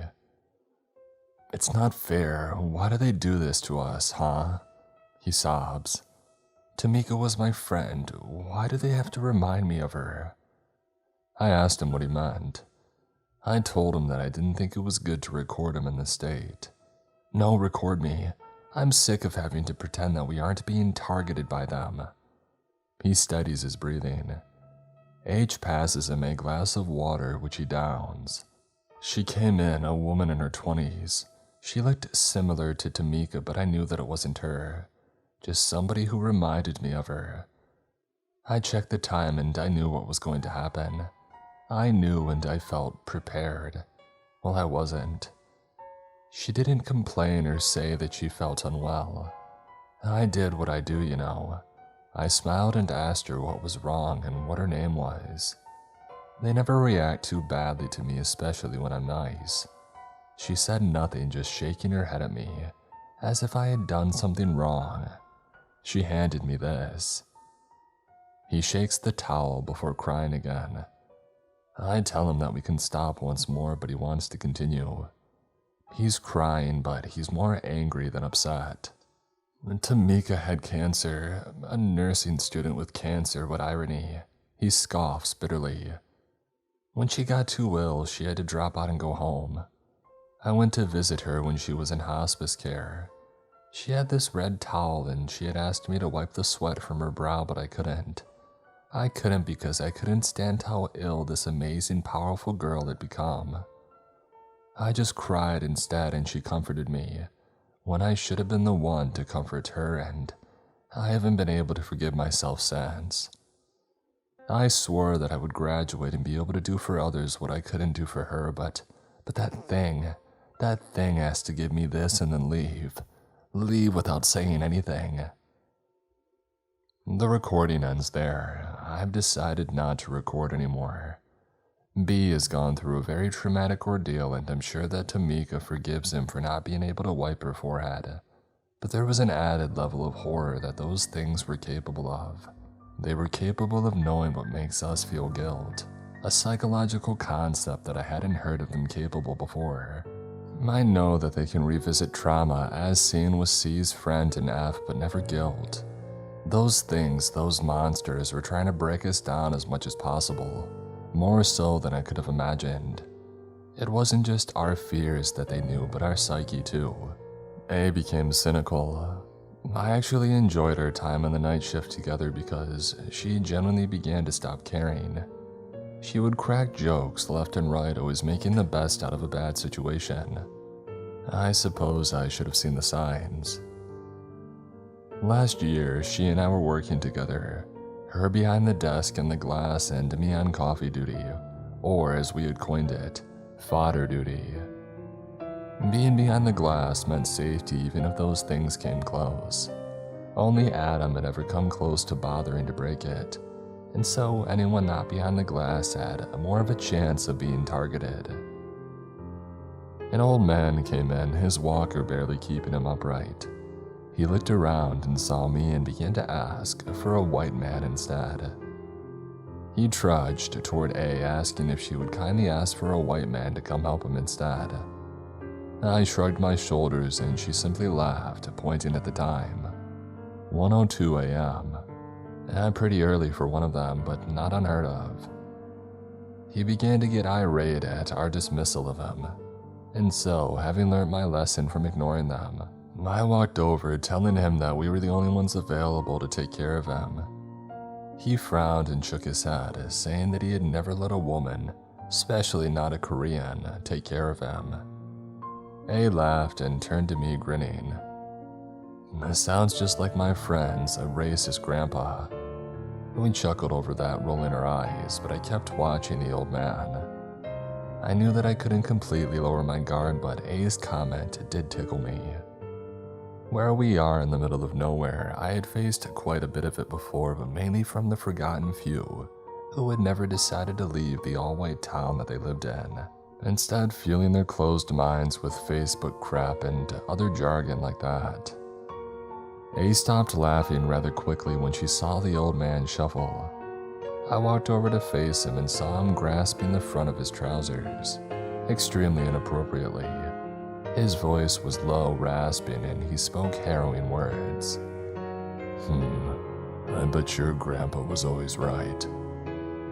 He stopped abruptly once A looked at him in disgust. He took the hand that was against his trousers and tapped the screen. It sounded like Morse code, but I had no way to translate it. A yelled at him to stop it, for him to stop doing what he was doing and to leave now. The man slowly laughed, shakily on his walker, before taking one look back and saying, "They scream the best, you know. Your grandpa wants you to know that." A stared at him, pure fury on her face, and then she crumpled. She didn't want to speak on it, but I knew. She had told me before how her grandmother was a comfort woman, and how if she could have survived that, A could handle this. But A couldn't. And on Blue Monday this year, she leapt off the rooftop of the hospital. I wasn't working that day, but from what H&F told me, she seemed to be at peace before she had died.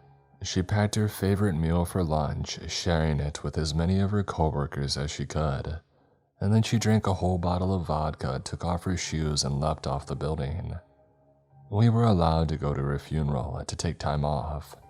It was sad to see her smiling face and the portrait of the shrine that they had made.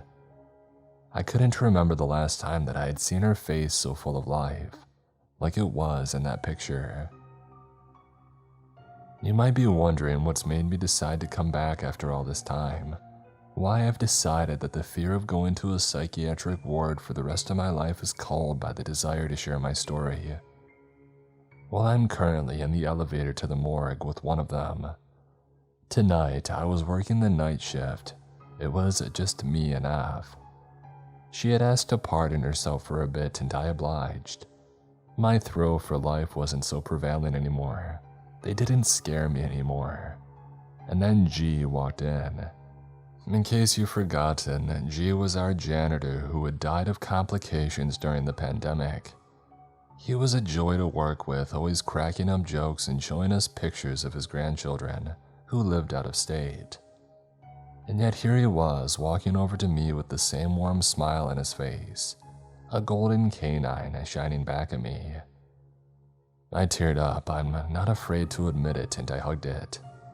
The thing parading his G, I hugged it, him, and it hugged me back. It patted my back and told me that he knows. I didn't know what he meant, but the thing grabbed its jaw and broke its neck. It winked at me, still the same warm smile as G had, and pointed a finger to the stretcher and then the elevator. I know I sound stupid, I know that I sound dumb, but I didn't feel threatened. so I put him on the stretcher, covered a sheet over his body. Sorry, its body. And now I'm writing this sitting in the morgue waiting for something to happen. There's a reason that we aren't supposed to be down here, to be with them, but I feel strangely fine. Safe. I'm okay. First and foremost, I'm okay. Last week was intense and hard to wrap my head around, but I'm okay. I'm free. I left you all with the information that I was slowly heading down to the morgue in the elevator, the corpse of one of them on a stretcher beside me. I admit that I had been acting impulsively, irrationally, and irresponsibly. It was strange, a feeling of incomprehensible familiarity overcame me, and I abided its request. The thing parading is G. When the doors had closed and we had begun to descend, I panicked. I began to furiously press the alarm button, realizing that whatever it was that had tricked me into the elevator with it could do to me what it had done to E, the nurse who had lost her life after being left alone with them. I had no reason to trust these monsters, no reason to believe that this one that concealed itself in a flesh suit fit to gain my empathies and to reveal my vulnerabilities was any different to those that had traumatized myself and my coworkers, my friends, that had driven A to suicide. It sat up in the stretcher, the draw sheet still covering its head as it rose. It lifted a hand out from under the sheet, gently placing it on my wrist. And it wasn't tanned and wrinkled from sun damage as G's hand had been. It was pale, a purpled white with no fingernails. No fingernails. I had to hold myself from shrieking out in case that angered it. When a voice called through the intercom in the elevator asking if everything was alright, I had opted to stay silent.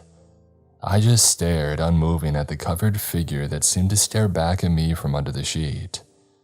Eventually, I had heard a crackling. Must have been one of those things again. And the intercom turned off. I'm scared. I remember whispering out, tensing at my own admission. But the thing under the sheet didn't react in the typical sadistic way that I had grown to expect from them. It paused and then, as if finally processing what I had said or what it wanted to say, it replied, I know. Its voice wasn't scratched or false, nothing akin to the imperfect sounds that had emerged from the earlier versions of its kind. It was clear and deep, masculine but with no identifiable accent. My brain scrambled to identify the familiarity to its voice, but at the time, I couldn't put my finger on it. In hindsight, the familiarity may have simply been the fact that all uncanny qualities seemed to have dissolved away. The elevator came to a stop and the doors opened to the morgue. It was cold and the smell of cleaning bleach stung my nostrils, but it did nothing to mask the undercurrent of the dank, persistent stench of mold permeating through the cracks. There was a long hallway before us, flickering lights doing nothing to settle my erratic heart rate. It was clear that there hadn't been sufficient enough maintenance down here for a while, but I had expected as much.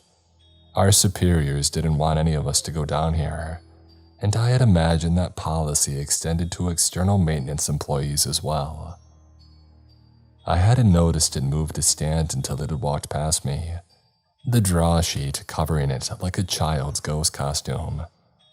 I didn't have the courage to ask it how it could see without eye holes. I noticed how the clothes that it was wearing as it disguised itself as G had instead completely disappeared, leaving a set of lean, blotched pale legs shuffling forward to the morgue door. It stopped suddenly, swinging around awkwardly as it turned to face me. Card. I need your card. I remembered how frightened I was. I had half a mind to turn around and hurriedly press the elevator buttons to leave the situation immediately. Nothing seems worse than being threatened into psychiatric confinement until you're staring into the face of the unknown, the face of possible death. Yet there was a concerning amount of fearlessness screaming out in my brain, disregarding the nerves in my quickening heart and jellied legs. So I took the risk and I moved toward it. These things weren't normal, and there was no guarantee that I wouldn't die instantly had I run away from it.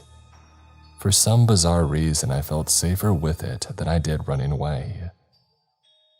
I pressed my keycard against the morgue door and pushed it open. A flurry of even cooler air poured out, and the dim, stuffy atmosphere of the morgue overwhelmed my senses. Almost as quickly as the door had opened, the thing began to rush around the morgue, looking at the name tags that adorned each storage tray. It began to huff in frustration, grabbing at its sheet-covered head and slapping palms against the metal trays. Its breathing slowed, and calmly it spoke. "Turn around," it ordered. "What?" "Turn around, you don't want to see." We stood, staring at each other once again. I hesitated, but once again I didn't feel threatened, and so I turned around. The slow shuffling of bare feet against the dust-ridden floor grew closer and closer until it paused, rustling slightly. The sheet was placed over my head. My mind had immediately snapped to recall execution stories that I had heard of, where people are given the small privilege of not knowing where their impending death would commence. "Please don't kill me," I begged, sobbing as I continued to face the wall, sheet covering my head and torso. There was a pause before it began to give a short, abrupt pat on my upper back. I sobbed harder, falling to my knees. I couldn't help but think of how I should have left when I had the chance, or how I should have ignored it once it came in disguised as G, or how I never should have become a nurse to begin with, or how. And then it swore, it cursed against God, like a person would have. I took off the sheet and turned around. I saw it as it actually was. It wasn't as Dr. D had described it at all. It was my height, but human. A naked, lean male physique, but without any genitalia. It didn't have a grotesquely wide smile or jagged teeth. It didn't look like a monster. It looked like something that was just as afraid as I was. Its large, black eyes widened in horror as it saw me approach, and it rushed to a corner in the shadows. I placed my palms up, showing that I meant peace, but its glossy eyes remained transfixed, on edge. "Please don't hurt me," it said. But instead of invoking pity in me, pity invoked had it been a human. It simply made me angry. "Me hurt you? You're the one that hurts us. You hurt my friends. You've tormented us for years." I was exasperated, and I kicked a metal table that sat nearby. It flinched at my aggression and the metal rumbling that echoed throughout the room.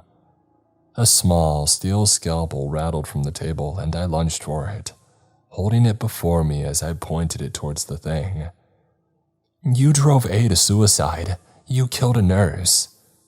"We've never killed anyone," it said coldly. It stood up and moved in front of me, placing a warm, pale fist against the sharpness of the makeshift weapon. It didn't flinch from the contact, but a clear, viscous fluid began to drip from its palm onto the floor. I could see its malnourished and hairless skin and black eyes clearly now. It had no pigment to its irises, just dark, empty black, with the low light of the morgue reflecting back at me. "We will never sink as low as your kind." I froze. "What?" It continued to glare back at me, unmoving, intimidating. "What do you mean? Dr. D told me what you things did to that nurse, that doctor is nothing more than a liar. He hides his guilt with the drink." It responded and eyed me up as if to challenge me on its statement. I simply stared back at it, gaping like a fish as I floundered to pull the pieces of information together. "How do you know that? How long have you been watching us?" It scuttled back, continuing to search the name tags on every body tray that it hadn't seen so far. It had ignored my question. "What is it?" I asked again, desperately trying to make some sense of the situation, of my mind, anything. Eventually it stopped moving, simply tapping gingerly against the metal of a single body tray. "What does John Doe mean?" it asked, its voice no greater than a whisper. "It means that we don't know the identity of the body," I replied, and it hummed in response, high-pitched enough that it sounded like it was holding back tears. I couldn't stop myself from rambling on, aimlessly trying to fill the silence. "I don't know why we do it. I think we just believe everybody should have a name, even if it's not their actual one." It nodded slowly. "It's a shame that not all of you are this kind." And it abruptly pulled open the body tray, metal screeching against metal as the unoiled steel grated against the mechanism inside. I flinched and gasped and then began to sob. Slow, low whimpers of the throat, ready to burst from its tightly closed mouth. It wailed just as I had done a few moments ago, when I thought that I'd be killed. Except its wailing wasn't one that I had never heard before. It was that of a father wailing for its child. As a nurse, I had seen my fair share of human kids dying far before their time. There's nothing like a parent crying for their kid. It's unnatural, a haunting terror inexplicable to those who have the privilege to not know it. Children aren't supposed to die before their parents, but the world is cruel and they do. Curiosity took over me once again, and I looked into the tray. I had to stifle a gag because although the sight was horrific, I was still a nurse and this thing sobbing next to me was still an individual who had lost their child. It was a smaller version of the thing, the same being that I was rubbing awkward sympathies on its back as it cried in agony, a small, hairless humanoid creature, with cloudy white eyes that hadn't been given the courtesy to be closed. The small creature had multiple puncture wounds all over its body, and despite having been dead for a while had mummified, as opposed to our human way of decaying. Its skin wasn't pale but grayed and dark, and I can only describe it as seeing something that had had the life sucked out of it, wrung dry. "I'm sorry," was all that I could muster out. I didn't really know what to say. There was a disconnect between us, the thing and I. It was my enemy but also a living and breathing entity. It continued to wail. We stayed like that for a while until it had reached into the body tray to cradle the smaller thing in its arms. They had a name. It's not a name in your language, but they had one. It said, and I just nodded in response. I was trained in dealing with grief, so I knew better than to interject. It continued to cradle its child. "We have been waiting for this, for a confirmation." "I don't understand." It shook its head, and with a free hand it wiped its tears. "You have been plaguing our kind for decades. We are always youthful, but you were not." It sat down and nestled the corpse under its neck. "Human beings have always wanted to be youthful. Immortality is not as pleasing as it sounds." I shrunk to the floor, kneeling. This had been it. I had finally known what this all was, the reason, the meaning.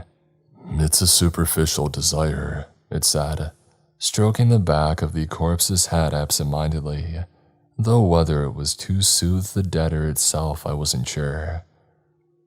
"To try and stay youthful, to steal the qualities of other kinds to fulfill that desire.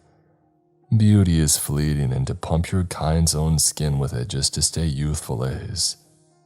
It trailed off, black eyes welling with tears once more. For a brief moment, I had sworn that I had never seen anything more human. "We simply wanted to scare you enough to make sure that you wouldn't keep coming back to hunt us." The morgue door had slammed open and multiple men in what I believe was unmarked police gear busted in, guns in the ready. They shouted at us incoherently, the crackling of radio and code filling the air.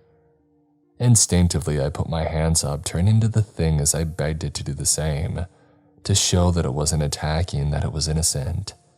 But it relented. I saw the faint smirk on its face as confirmation clouded its eyes. It knew what was coming, but it didn't care. It shot me a final glance, lipless mouth still curled into a knowing smile, and it spoke, whispered for the very last time. "This is the true nature of your kind." It didn't move despite my pleas, and a flurry of gunshots plastered its torso and face, and I shook in shock, my eyes never leaving it as the same clear, viscous fluid dripped from every wound. Its face was almost entirely caved in from the proximity of the shots. It slumped back against the body trays, and although its thin arms went limp, the body of its child, his child, was laid down gently in his lap. Everything after that is a blur. It's been over a week since it all happened. I was escorted out by the police and quickly handed a form which I signed, having not read it. Not that I really care either way. I can't get its "sorry" his face out of my mind. He wasn't scared or frightened. He was happy. He was right, and he had known exactly what would happen. He had finally been reunited with his child. I'm not really sure what else to say. B keeps calling me, asking me where I am, why I haven't come back to work. I don't have the heart to tell him. Ignorance is bliss after all, and even if I did tell him the truth, there would be more harm put in his way than there needed to be. For the past week, I've been wondering how many other of his kind were still there, locked away in the morgue. How many others would come to collect their offspring, their kin? I wondered how many of us would do the same, engage in psychological warfare if the ones we loved were being used for whatever nefarious medical practices, needed or not. My mind wandered to the war crimes committed by mankind since the dawn of time, and how many of us mindlessly conform to practices because that's what we know, all we know. I'm checking myself into a psychiatric ward. I need to be alone and cared for now. I would have never thought my career as an ER nurse would turn out this way. Maybe I was naive. Nothing can prepare you for the horrors of humanity's actions, especially when you're faced with a being who knows themselves to be just as human as you are.